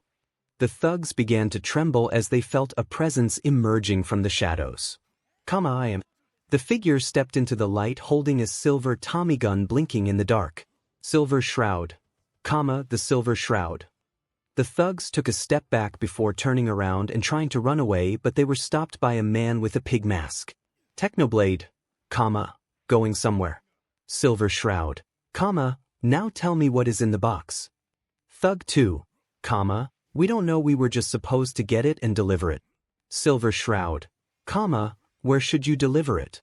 Thug boss, to Kai province, sir. Silver Shroud, to Kai why? Thug, we don't know, he just gave us an address and some cash for up and said we would get more as soon as we deliver the box. 𝐻𝐿, is that all? 𝐻𝐿 asked as he slowly pulled out his sword. Thug 3, no, he said that a guy with a brown leather jacket would be there and pick the box up. Silver Shroud, anything else? Thug boss, no, that is all I swear. 𝐻𝐿, okay then to the last question, is anyone from you a orphan? Silver Shroud, 𝐻𝐿 no. 𝐻𝐿, yes. Silver Shroud, sigh, I feel merciful today, get out of here. But when I see you ever again doing something illegal, then you won't enjoy it. The thugs nodded as they grabbed their boss and ran away from the two anti-heroes. 𝐻𝐿, you sure they won't warn the mechanist? Silver Shroud, yeah, those guys were completely new to the criminal life, they probably will stay down if they don't want to run into me again. 𝐻𝐿, okay. Anyways, I guess that we are now delivering this box. Silver Shroud, so I will. Call Fury to pick up the box while we will take their van and go to Kai. I will call the Inspector Oswell for support. A magic user will surely be from great use. 𝗏𝗏𝗧𝗟𝗘, okay then I call the Inspector while you call Fury and his gang. And so they did. The Inspector was there immediately since she only had to open a portal and go through it, and as soon as she was there they got into the van of the thugs and drove off towards Kai City. Fury and his agents arrived 15 minutes later at the place and only found the box with a message on it. Sorry but we had to go, we left you the box though. But watch out, that thing is heavy as F, and believe me when I say that you will be pretty shocked at what is inside of it. 𝗏𝗏𝗧𝗟𝗘. Fury threw the letter to the ground as he walked over to the box and saw that it was already being opened. He then lifted the lid of the box and what was inside it made him and everyone who was seeing it speechless. Shield agent, that is. Fury, adamantium. Meanwhile with the three anti-heroes. Inspector, so how are we going to do this? Silver Shroud, there will probably be a lot of robots beside that one guy that they were supposed to meet. 𝗏𝗏𝗧𝗟𝗘, he probably is planning to pay them back with bullets. Silver Shroud, yeah, so we have to be ready to fight as soon as we get to the location. Inspector, I always wanted to visit Kai, but I didn't thought it would be like this. 𝗏𝗏𝗧𝗟𝗘, you can take your vacation after we have dealt with the mechanist. Inspector, how long till we are there? Silver Shroud, around 2 hours. Normally it would 3 to 4, but luckily there is not much traffic tonight. Inspector, if I teleport us then we would be there much faster. Silver Shroud, true, but then there is also a danger that they see us too early, since they probably know that those thugs didn't have any magic users. Inspector, touché, 𝗏𝗏𝗧𝗟𝗘, so what should we do until we arrive? With Fury, we can see Fury in his office on the shield helicarrier. He looked over some documents that he had from the port where the box was found. He hoped to at least find out the ship on which the box was on, but no luck. It was like the box just appeared out of nowhere. Fury, that just doesn't make any sense. A box full of adamantium must come from somewhere, and it must have been extremely expensive to get it, but it could also be that the adamantium was stolen from an illegal organization. That would explain why nobody called out that a box of adamantium was stolen. Fury, on the other hand, was done for today. He would give that to one of his higher-ranked agents so they could figure out where the box came from. As Fury walked to his bedroom, he just had one thought on his mind. Is the Silver Shroud with us or against us? Time skip to when the anti-heroes arrive in Kai. Silver Shroud, we arrive in 2 minutes, get ready. 𝗏𝗏𝗧𝗟𝗘 stood up and pulled out his sword. It had a black blade that shimmered purple. 𝗏𝗏𝗧𝗟𝗘, 𝐀𝐮𝐭𝐡𝐨𝐫 biblioteca. Inspector, what the hell is wrong with you? Outside the car, mechanist over earpiece, did they arrive? Yes, Emister, they have.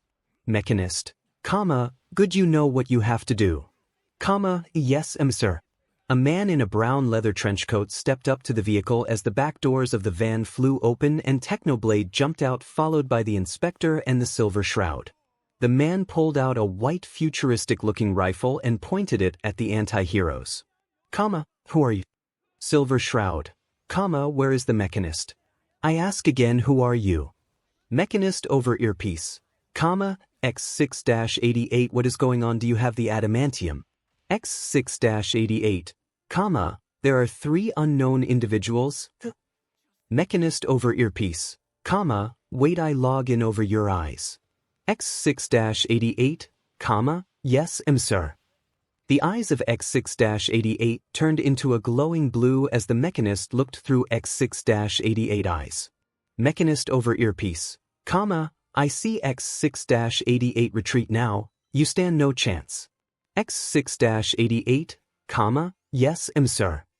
𝗏6-88 turned around ready to run away, but he was met with a kick to the face by Silver Shroud. He was sent flying backwards directly towards the Inspector, who shot a fireball at him, sending him flying towards 𝗏𝗏𝗧𝗟𝗘. 𝗏𝗏𝗧𝗟𝗘, 𝐾𝐮𝐭𝐡𝐨𝐫 biblioteca. 𝗏𝗏𝗧𝗟𝗘 moved at the flying man and pierced his shoulder before he pushed forward and pinned the man to the floor. 𝗏6-88 then punched 𝗏𝗏𝗧𝗟𝗘 in the face so hard that it sended the anti-hero flying. He then ripped the sword out of his shoulder before standing up as if nothing happened. Silver Shroud began to shoot at 𝐀6-88 with his Tommy gun, but 𝐀6-88 ran to the next best cover he could find before shooting back with his laser gun. What surprised the three anti-heroes as they had to take cover from blue-colored lasers. Inspector, since when does the Mechanist have laser weapons? Silver Shroud, don't look at me like this is also new for me. Silver Shroud reloaded his drum magazine before he got out of his cover. Silver Shroud, spray and pray. He started to shoot at the position where 𝐀6-88 was taking cover. He walked towards the position as he continued to fire, giving his enemy no chance of shooting back. As Silver Shroud realized that he was close to the end of his magazine, he walked towards the next best cover, but before he could take cover he was met with a punch to the face. Silver Shroud, what the... He barely dodged a second punch before trying to hit his attacker with the buttstock of his rifle, but his rifle was grabbed and ripped out of his hands. Silver Shroud jumped backwards in attack. He then tried to focus as he saw that 𝐀6-88 moved out of his cover and attacked him from the side while he was shooting at his position. Silver Shroud pulled out Pikmin's blade and his shock baton before he charged towards 𝐀6. Seconds later they were in fierce hand-to-hand combat. 𝐀6-88 tried to disarm Silver Shroud, but it failed as the Silver Shroud stabbed 𝐀6-88 hand and cut off 2 of his fingers. But no blood came out of the wound, and that shocked the Silver Shroud as he finally realized what the person he was fighting really was. Silver Shroud, you are a mechanist over earpiece, 𝐀6-88 get out of there now this instant. 𝐀6-88, understood. 𝐀6-88 turned around about to run, but that was when Technoblade came back. He swung his sword and 𝐀6-88 tried to block it with his arm. The sword went right through his arm and cut it clean off 𝐀6-88, but didn't care as he just continued to run as he had to dodge another attack from the inspector who was shooting fireballs at him. 𝐀6-88 then threw something on the ground before continuing to run away as the anti-heroes wanted to run after him. The flashbang grenade that 𝐀6-88 dropped to the floor went off, blinding them. As they recovered they looked around, but 𝐀6-88 was already gone. Technoblade, looks like we have a runner. Inspector, yeah, Silver Shroud, well at least he left us some gifts. The Silver Shroud picked up the laser rifle and the arm of 𝐀6-88 what he left behind. Technoblade, can I have the rifle? Silver Shroud, no, at least not this one. I will make you one when I understand how he was able to build those. Technoblade, deal. Inspector, other question, what was that thing? A normal human would have died from blood loss for losing an arm. Silver Shroud, that thing was a robot. What else? A highly advanced human-like robot, a perfect killing machine. Technoblade, man, that guy is a pain in the butt with his robots. Every time we meet them they have some kind of fancy new upgrades. Silver Shroud, yeah, the Mechanist is evolving. I think the showdown is near and we are running out of time. Time for a little of a backstory. No one POV. Izuku, good night Jarvi. Jarvi, not going on patrol tonight, sir. Izuku, Punisher and Nagant have me covered. Jarvi, well then good night, sir. Izuku, good night Jarvi, and don't work for too long. Jarvi, I could say the same to you, sir. Izuku went to his room and laid down on his bed. He closed his eyes and sleep took him over very fast. In the dream, Izuku opened his eyes to the sound of shooting and screaming. He was in his Silver Shroud costume, his silver ring in his hands. His back was against a wall as bullets hit the other side of the wall or flew over his head. He looked to his left and saw the Punisher, then he heard a familiar scream to his right, and as he looked to his right he saw a woman in a green suit with a white fur scarf around her neck pinned to her shoulder with a red orb and IP99 in her hand. This was the Mistress of Mystery, real name Rachel Redwing, and she was bleeding. Silver Shroud, Rachel, OF right through my shoulder. Punisher, those guys are coming closer, we need to move. Silver Shroud, how many are there? Punisher, At least 200 looks like we set them off enough to form an alliance against us. That is, well, if any ideas you two. Silver Shroud, aren't you the one with the plan normally? 𝐶𝐮𝐬𝐴, haha, very funny. The shooting stopped and the three anti-heroes looked at each other. Silver Shroud, come out and you can die with some dignity. Silver Shroud, oh, I give you dignity. Izuku ped his SMG before standing up and opening fire at his enemy. The startled enemy thought he was out of ammunition. But not only that, also two other feared anti-heroes were there to back him up. The barrel of Shroud's weapon began to glow red because of how long he shot without pause. Thugs were falling screaming in pain or making dying noises as they were met with the barrage of the Silver Shroud. Punisher shot his shotgun empty and the 𝐒𝐮𝐬𝐴 of Mystery shot with her pistol. Reloading, she said before going down behind the cover as she reloaded her gun, putting in a new magazine. Then she came back up and continued to fire. Silver Shroud, reloading. Punisher, got you covered. Silver Shroud went down behind the cover reloading his gun while also letting it cool down a little bit. Then he went up again opening fire, while the Punisher went down to reload. This went on for a minute until the Silver Shroud stopped shooting as his gun malfunctioned because of how hot the barrel became. Silver Shroud, Silver Shroud went down behind the cover as he looked what was in front of him. He saw at least 50 dead bodies and around 30 wounded. 𝐶𝐮𝐴 also went down behind the cover as she looked at her shoulder. The wound was still bleeding. Silver Shroud, we need to get you out of here. That is, no joke, that WhatIf got me good. Silver Shroud was about to say something, but then a grenade came flying over the cover. Silver Shroud covered the 𝐶𝐮𝐴 while the Punisher covered himself as the grenade went off. The Silver Shroud could held his hat down while shrapnel bounced of his suit. As it was over, the Silver Shroud looked at the 𝐒𝐮𝐴 and she was kind of fine, pale but alive. He then looked over to his 𝐶𝐮𝐴 to see that it was completely destroyed. The Punisher got up from his covered position and pulled out his shotgun before going up screaming while shooting at the enemy. Seeing that his SMG was destroyed, Shroud pulled out his single-action revolver. He got up, aimed and fanning shoot 6 bullets in under 20 seconds, hitting 6 guys in the head before he went down to reload his gun.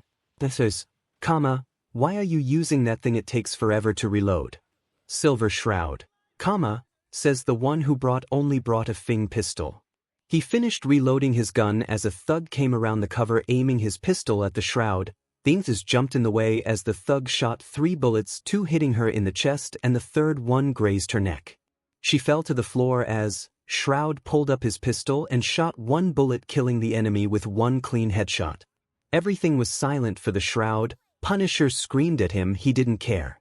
He kneeled beside the 𝐶𝐮𝐴 as she coughed up blood. She then slowly lifted her hand as she laid her bloody hand on his cheek. His lips moved. She couldn't speak, but Shroud knew what she was trying to say.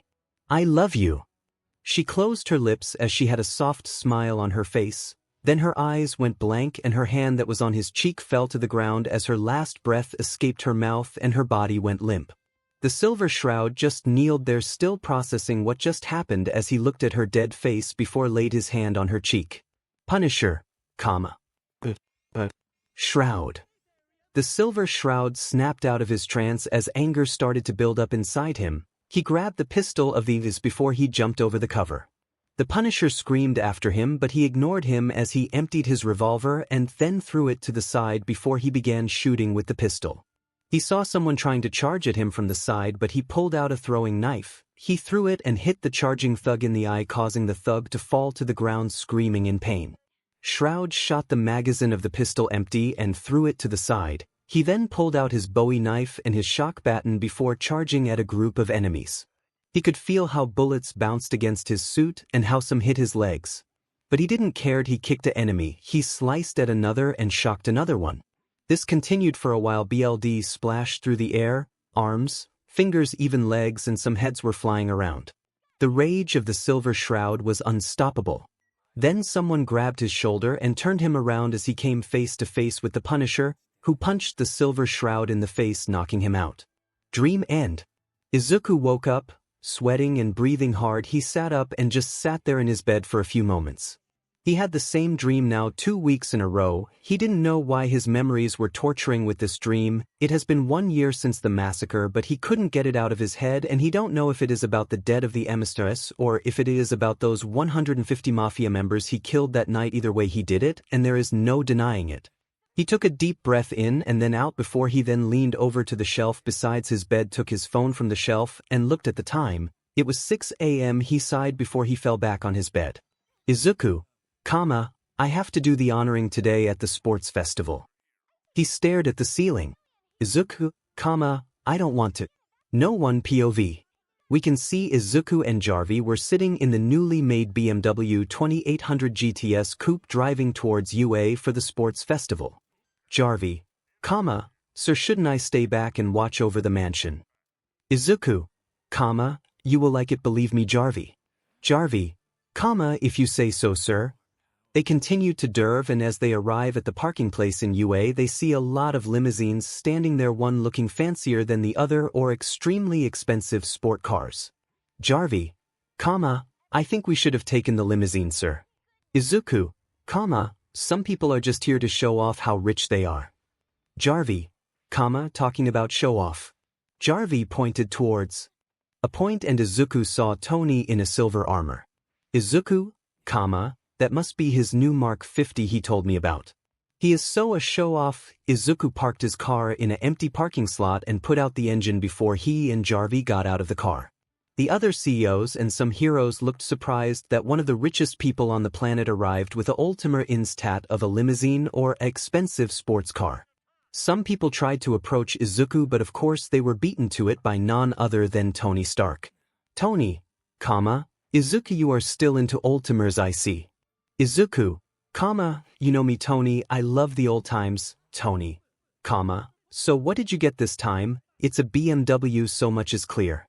Izuku, this is a BMW 2800 GTS coupe. I got it from my last visit in Frankfurt together with a BMW Isetta. Tony, you got a Isetta. Izuku, yes, and I also got a Citroën 2CV Dolly from my vacation in the province. Tony, they are famous for a reason. Izuku, anyways, ready to do the hero honoring.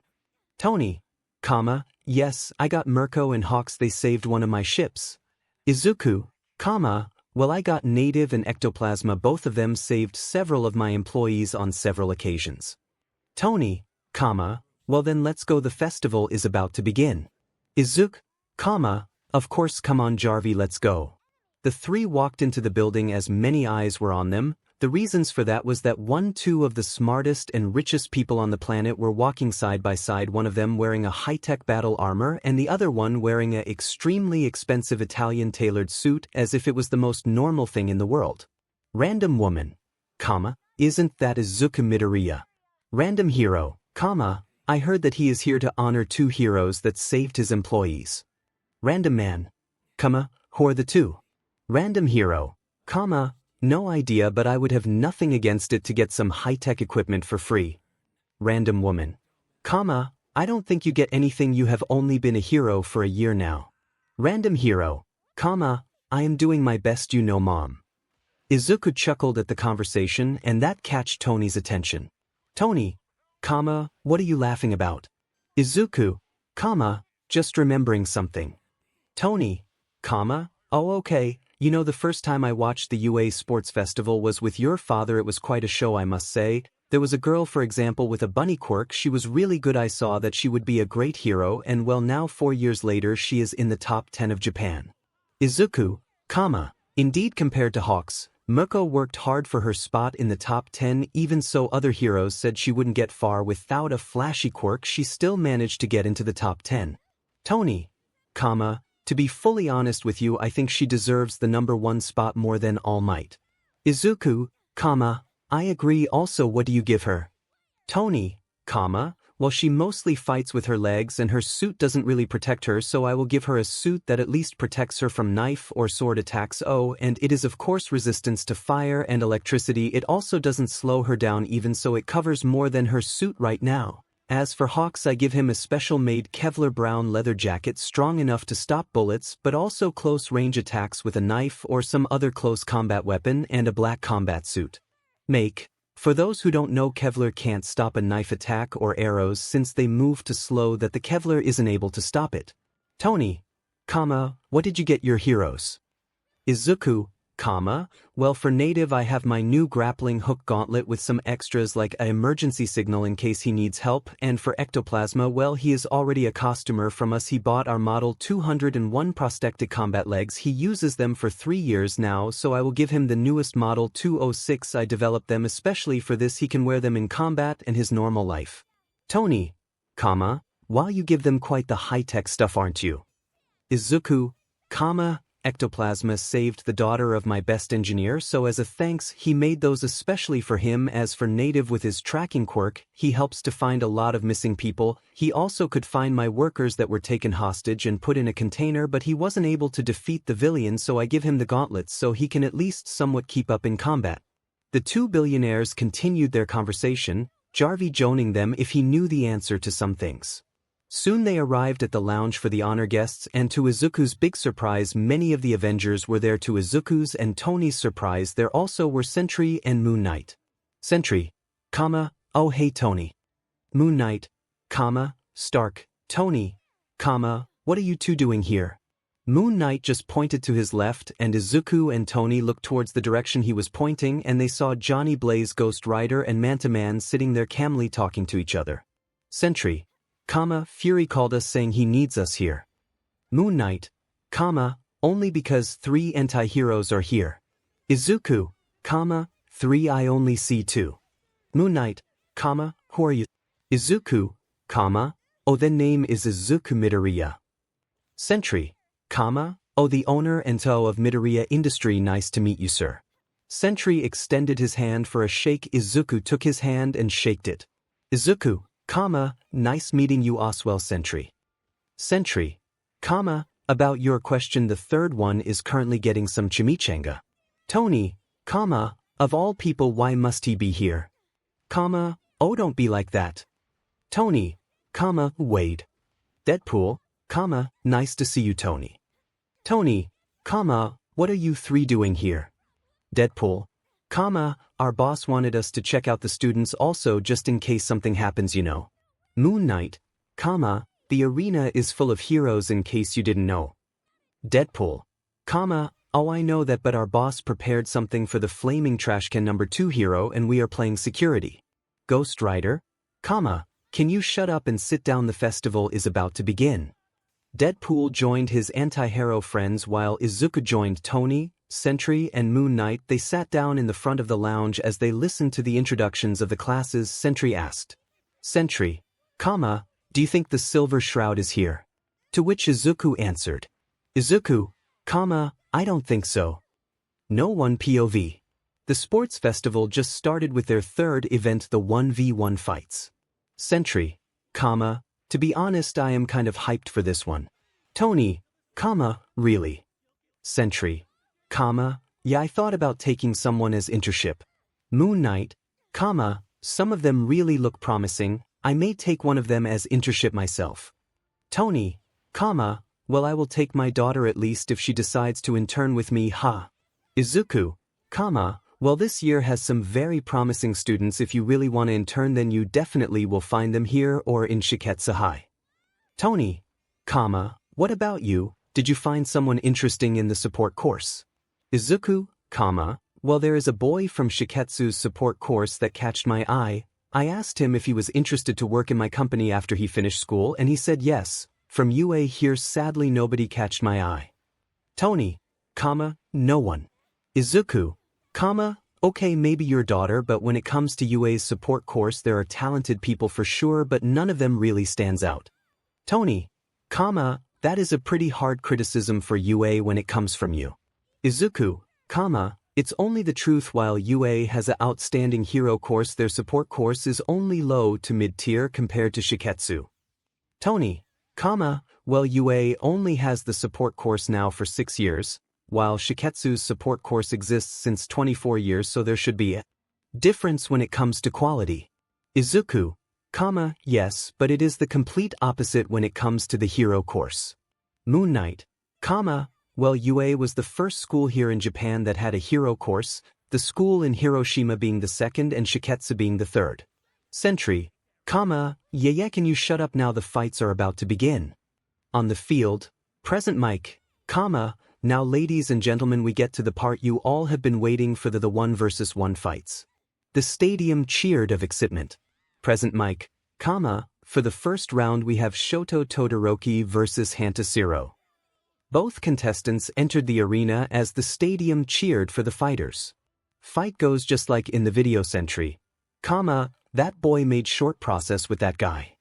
Moon Knight, but I feel like he could have ended this fight faster.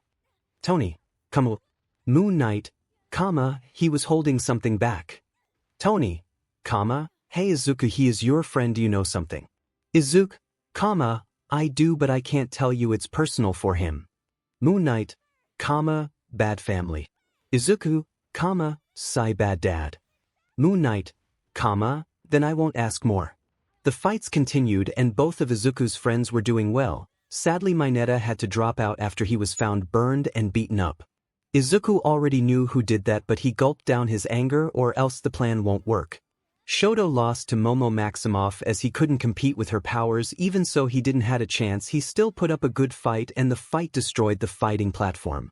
Moon Knight, I see that Todoroki kid can summon ice only with one side and with the other one I guess he can use fire. Izuku, yes, his quirk is Kaie, half cold half hot. With his right side he can use ice and with his left fire. Tony, so a perfect balance if you want to say it like that. Izuku, yes. If you excuse me. Izuku stood up and walked towards the door. Tony, where are you going? You gonna miss the final fight between Mei and Momo. Izuku, I have to talk to a friend.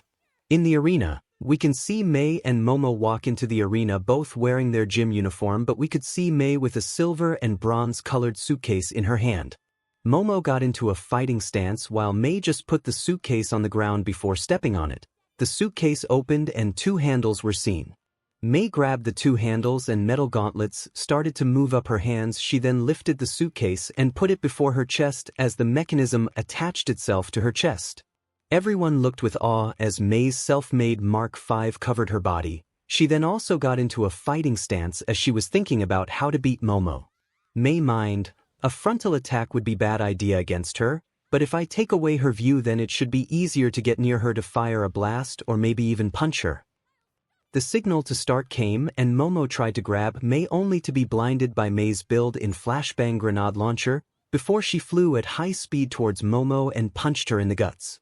Momo was sent flying backwards, but she catched herself with her powers before flying up in the air, but that was a bad idea, because as she opened her eyes she just saw a metal fist before her eyes. She tried to use her powers but it was too late as she was punched in the face from Mei with full force. Momo flew towards the ground. She landed on her back letting out a breathless gasp. She then threw up her arms to create a force field above her in hope to stop any attack that Mei would throw at her. Then Mei shot a blast from her chest piece towards Momo. Momo did her best to hold up the force field, but Mei's blast became stronger and stronger. Momo mind, where the hell does she take the energy from? Her battery should be low by now. Momo started to push back and Mei pushed every bit of energy she had left into the blast, and then a loud boom followed by a cloud of dust covered the arena. There was no noise, everyone being silent waiting for something to happen. Then the dust cloud started to vanish, revealing Mei and Momo laying on the floor. Momo was laying on her back while Mei was laying on her belly face down. Midnight, well, it seems like both fighters are out, so the one who? Mei, no, I am awake. Midnight, Mei, can somebody please flip me over? Midnight walked over to the girl before kneeling down beside her as she put on hand under the girl's shoulder and the other under her belly, and then with a lot of effort the heroine flipped the armored girl onto her back. Thanks.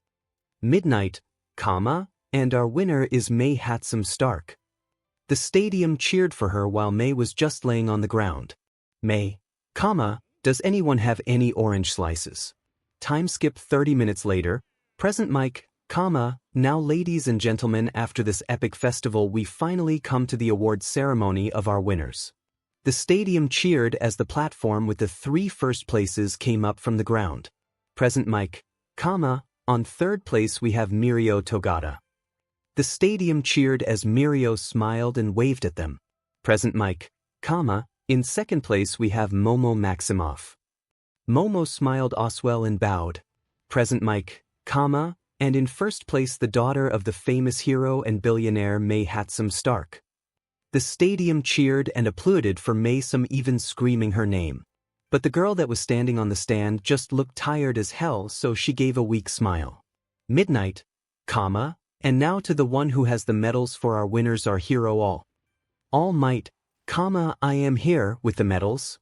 Midnight, All Might, Midnight, sorry. After that All Might gave the winners their medals. Even so, he was smiling on the outside, he was cooking on the inside. He couldn't understand how his Izumi wasn't able to get into the top 5 when a girl with a weak quirk was 1st place. Even so, that girl was wearing a high-tech armor. The stadium cheered for the winners again, and then a new voice spoke over the speakers. 𝐻𝐿𝐿, hello ladies and gentlemen, as many of you know that every year after the sports festival for the first years that we have an event called the Hero Honoring, where certain heroes are honored by the people. The stadium cheered many heroes, smirking and hoping that their name is called out. 𝐻𝐿𝐿, now the first 4 heroes that get a gift are. Everyone in the stadium was silent as many heroes got anxious about who will be the 4 heroes. 𝐻𝐿𝐿, the 4 heroes are Hawks, 𝐴𝐵𝐴, Native and 𝐸𝐻𝐿. 𝐴𝐵𝐴 smirked. Hawks let out a wahoo. 𝐸𝐻𝐿 seemed surprised. He certainly didn't expect it to be called out, and Native spit out the water he was drinking as he coughed, while the other heroes around him congratulated him. The 4 heroes then made their way down to the arena. As they were standing in the middle, 2 people came out of the shadow of the tunnel. One of the 2 people was multi-billionaire Tony Stark, also known as the hero Iron Man, and the other person was Izuku Midoriya, multi-billionaire and playboy. Many people were surprised to see the 2 richest people on the planet together in one place, and not only that, as one of them was walking around with a high-tech battle armor. The 2 were followed by 2 other people pushing 2 carts, and both carts had 2 presents on it. The 2 billionaires stopped in front of the 4 heroes and then started to give their presents to the heroes. Tony gave a small speech before giving his presents to Hawk and 𝐴𝐵𝐴. Hawks liked the new jacket and immediately put it on, saying that the new jacket felt lighter than the old one, even so high-quality material was worked into it. 𝐴𝐵𝐴 was happy as well. The new suit she got looked the same as her old one when it came to color, but it covered more of her body, and the leg armor and jump boosters on it would definitely help her a lot in a fight. Then there was the reaction to Izuku's presence. Native looked like he was about to faint as he saw the newest model of the famous Midoriya grappling hook gauntlet. Izuku, it has some extra features as well, like an emergency button and a taser punch. I hope this gauntlet will help you save people and take down the villains. Native, thank you so much for your trust, sir. I don't know what to say. Izuku, just keep up your good work and you might bring it far in the future. Then Izuku walked over to 𝐸𝐻𝐿 as he presented his gift for the hero. It were 2 prosthetic legs that looked new and fancy. Izuku, you saved many of my employees over the years. 𝐸𝐻𝐿, one of them was an engineer for the prosthetic legs you are wearing right now, and as thanks for saving his and his family life, he created those prosthetic only for you. We call them the Model 206 EC. I hope that they will be of good service for you. 𝐸𝐻𝐿, thank you very much, Mr. Midoriya. I actually wanted to buy some new ones this year. After that, other heroes were honored, and of course All Might and Endeavor, but none of them got such high-tech gifts like 𝐴𝐵𝐴, Hawks, Native and 𝐸𝐻𝐿. Just as everyone thought the festival was over, 𝐻𝐿𝐿 again spoke over the speakers. 𝐻𝐿𝐿, I am sorry, but we are not finished yet. Many people were confused, some of them calling 𝐻𝐿𝐿 out to explain, especially one hothead. Endeavor, make it quick 𝐻𝐿𝐿, we still have work to do.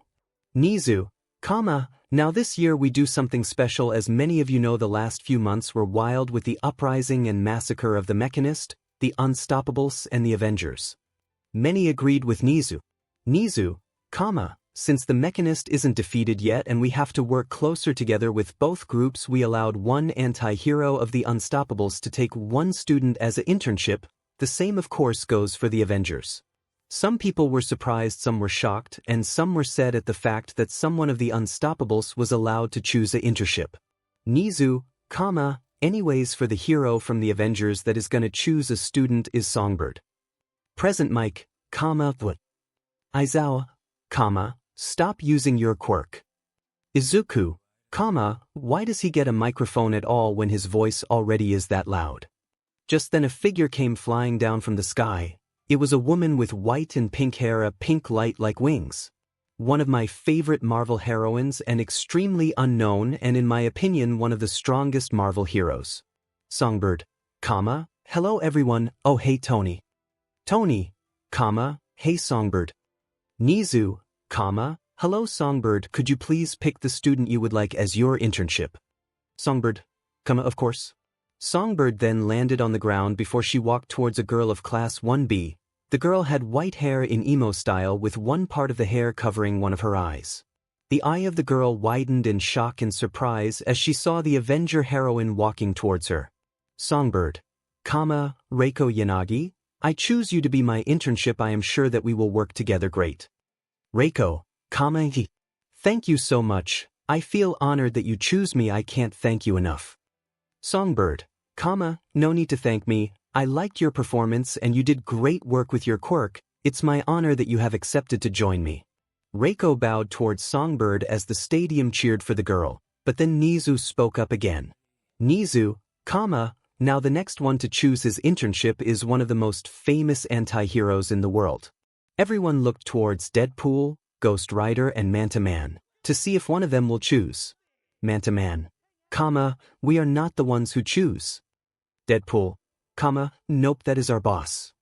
Everyone was confused until they heard footsteps coming from the tunnel. Some heroes gulped as a cold shiver went down their spine. Just then a figure stepped into the light and who it was surprised, shocked many and some were angered by his presence. 𝐻𝐮, the one to choose is the Silver Shroud leader of the Unstoppables. Endeavor and All Might got into a fighting stance ready to jump at the anti-hero, many heroes following them, while some stood in front of the students and Izuku Midoriya to protect them. All Might, Silver Shroud, stop right there. But the Silver Shroud just continued to walk towards them as his Tommy gun made a clack sound by every step he took. All Might made ready to attack. The same goes for Endeavor, but then 𝐻𝐮 spoke up. 𝐻𝐻𝐿, everyone stand down. The Silver Shroud is allowed to be here and to choose his internship. All Might, 𝐻𝐻𝐿, you can't be serious to give a murderer like him an internship. Then someone else spoke up over the speakers. Fury, All Might stand down. This is an order. The same goes for you, Endeavor. All Might, not wanting to business of Fury, stepped back. Even so, he glared daggers at the Silver Shroud. Endeavor still was in a fighting stance, but he slowly stepped backwards with every step the Silver Shroud took towards him. And then he just walked past Endeavor, completely ignoring the presence of the Hellflame hero. The other heroes also stepped out of his way as he then stood in front of the two hero classes. At first he looked at the two classes before he began to move towards Shoto Todoroki. Endeavor, Silver Shroud, Shoto Todoroki, I choose you to be my internship. Do you accept? Izumi, Shoto don't. Katsuki, I see hot. I'm gonna kill you if you accept. Shoto, shut the F up. You two don't have to tell me anything. I accept the offer, thank you. Endeavor, no you don't. Endeavor stomped towards them, but before he could reach Shoto to lecture him, the Silver Shroud blocked his way.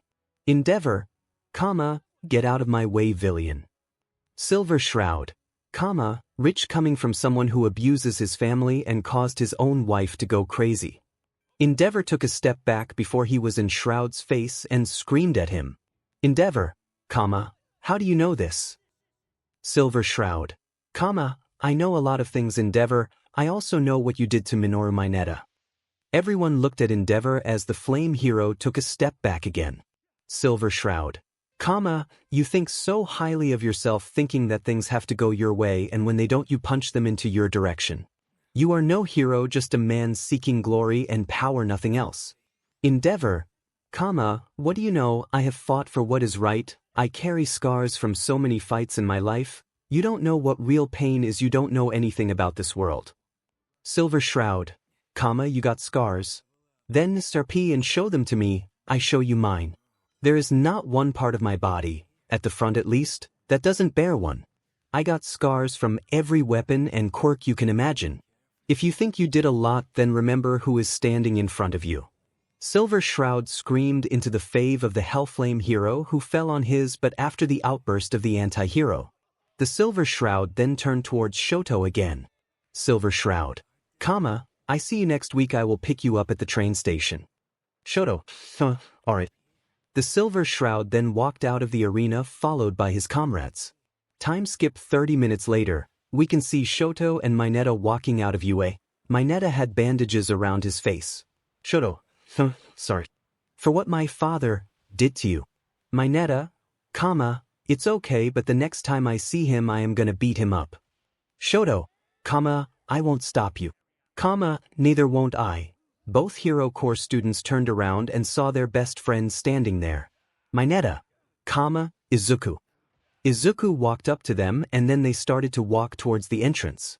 𝐀𝐮𝐿, you are not Izuku. Izuku, yeah I am not, he still got some business to do as Silver Shroud. Yes, both of them know that Izuku is the Silver Shroud. Mineta, so who are you? Izuku, I am 𝐀𝐮𝐿, I am a new member of the Unstoppables. Now come on, 𝐴𝐵 is waiting at the car for us. 𝐀𝐮𝐿 walked towards the parking place followed by the two hero students. As 𝐴𝐵 saw them approach he bowed. 𝐴𝐵, sir. Mineta and sir. Todoroki, I guess that you will join us for dinner tonight as well. 𝐀𝐮𝐿, you can call me 𝐀𝐮𝐿, 𝐴𝐵, and I wanted to ask if I can stay over. 𝐴𝐵, of course sir. 𝐀𝐮𝐿, for how long? 𝐀𝐮𝐿, till the internship if possible. 𝐴𝐵, we have to ask our Izuku, but I don't think that he has anything against it. 𝐀𝐮𝐿, thank you 𝐴𝐵. Toga, yeah can we hurry, I can't hold this form for much longer. Mineta, yeah also what does it give for dinner? 𝐴𝐵, onion soup, carpaccio, spaghetti bolognese and as dessert vanilla and chocolate mochi. 𝐀𝐮𝐿, great, I love your onion soup. 𝐴𝐵, then let's go and our Izuku will join us in a few hours. No one POV. Week after the sports festival, the room was dimly lit, a person sitting on a computer was seen, the person seemed to work on some kind of program. That person was the mechanist in his domain, you couldn't hear much besides the clicking of the keyboard and mouse of the computer. But then the silence was disturbed as a robot came into the room. This robot was one of the first robots the mechanist ever created, a iBot called Mechanist? Does it give something new? Beep bop. Mechanist, what problem is that? Boop beep. Mechanist, and how did that happen? Bop bop beep. Mechanist, I thought I programmed them that they don't do that. Beep beep. Mechanist, very well, I will be done in a minute. Boop. The robot flew out of the room as the mechanist just sighed. Mechanist, I thought I made it right this time. The mechanist stood up from his table before he walked out of the room, but he left his computer on, and as we zoom in on the screen of the computer we see the name of the project on what the mechanist is working on. Project Liberty Prime with Izuku, 𝐀𝐮𝐿, so what are we going to do? Izuku stood in his Silver Shroud costume in front of 𝐀𝐮𝐿. Izuku, well right now I have a present for you, I have been working on it for quite some time. Izuku walked towards one of the tubes and opened it, steam came out of the tube and covered the view on the thing that was inside. 𝐀𝐮𝐿 stood beside Izuku and then as the steam cleared 𝐀𝐮𝐿's eyes widened. Izuku, this suit is for you 𝐀𝐮𝐿, it is fire and ice resistance so it won't be destroyed by you using your fire, and the two swords are made of vibranium. They also have the special feature that you can use your quirk on them, meaning you can send flying ice or fire cuts. 𝐀𝐮𝐿, holy Izuku, now put it on, it should fit you perfectly. Minutes later, Izuku, So how is it? 𝗀𝗘, it feels nice, it feels more like a second skin than a suit. Izuku, that was the plan behind it. I see that everything works like it should. Can you do me a favor and try to use your quirk on your swords? The gauntlets should help you with that. 𝗀𝗘 concentrated on his arms and the gauntlets began to glow, the right one in cold blue color and the other one in a deep red. He then pulled out the two wakizashis on his waist. The right sword was surrounded by an icy mist while the left one was surrounded by light red flames. 𝗀𝗘 looked at the two swords in his hands before he smirked. 𝗀𝗘, now this is awesome.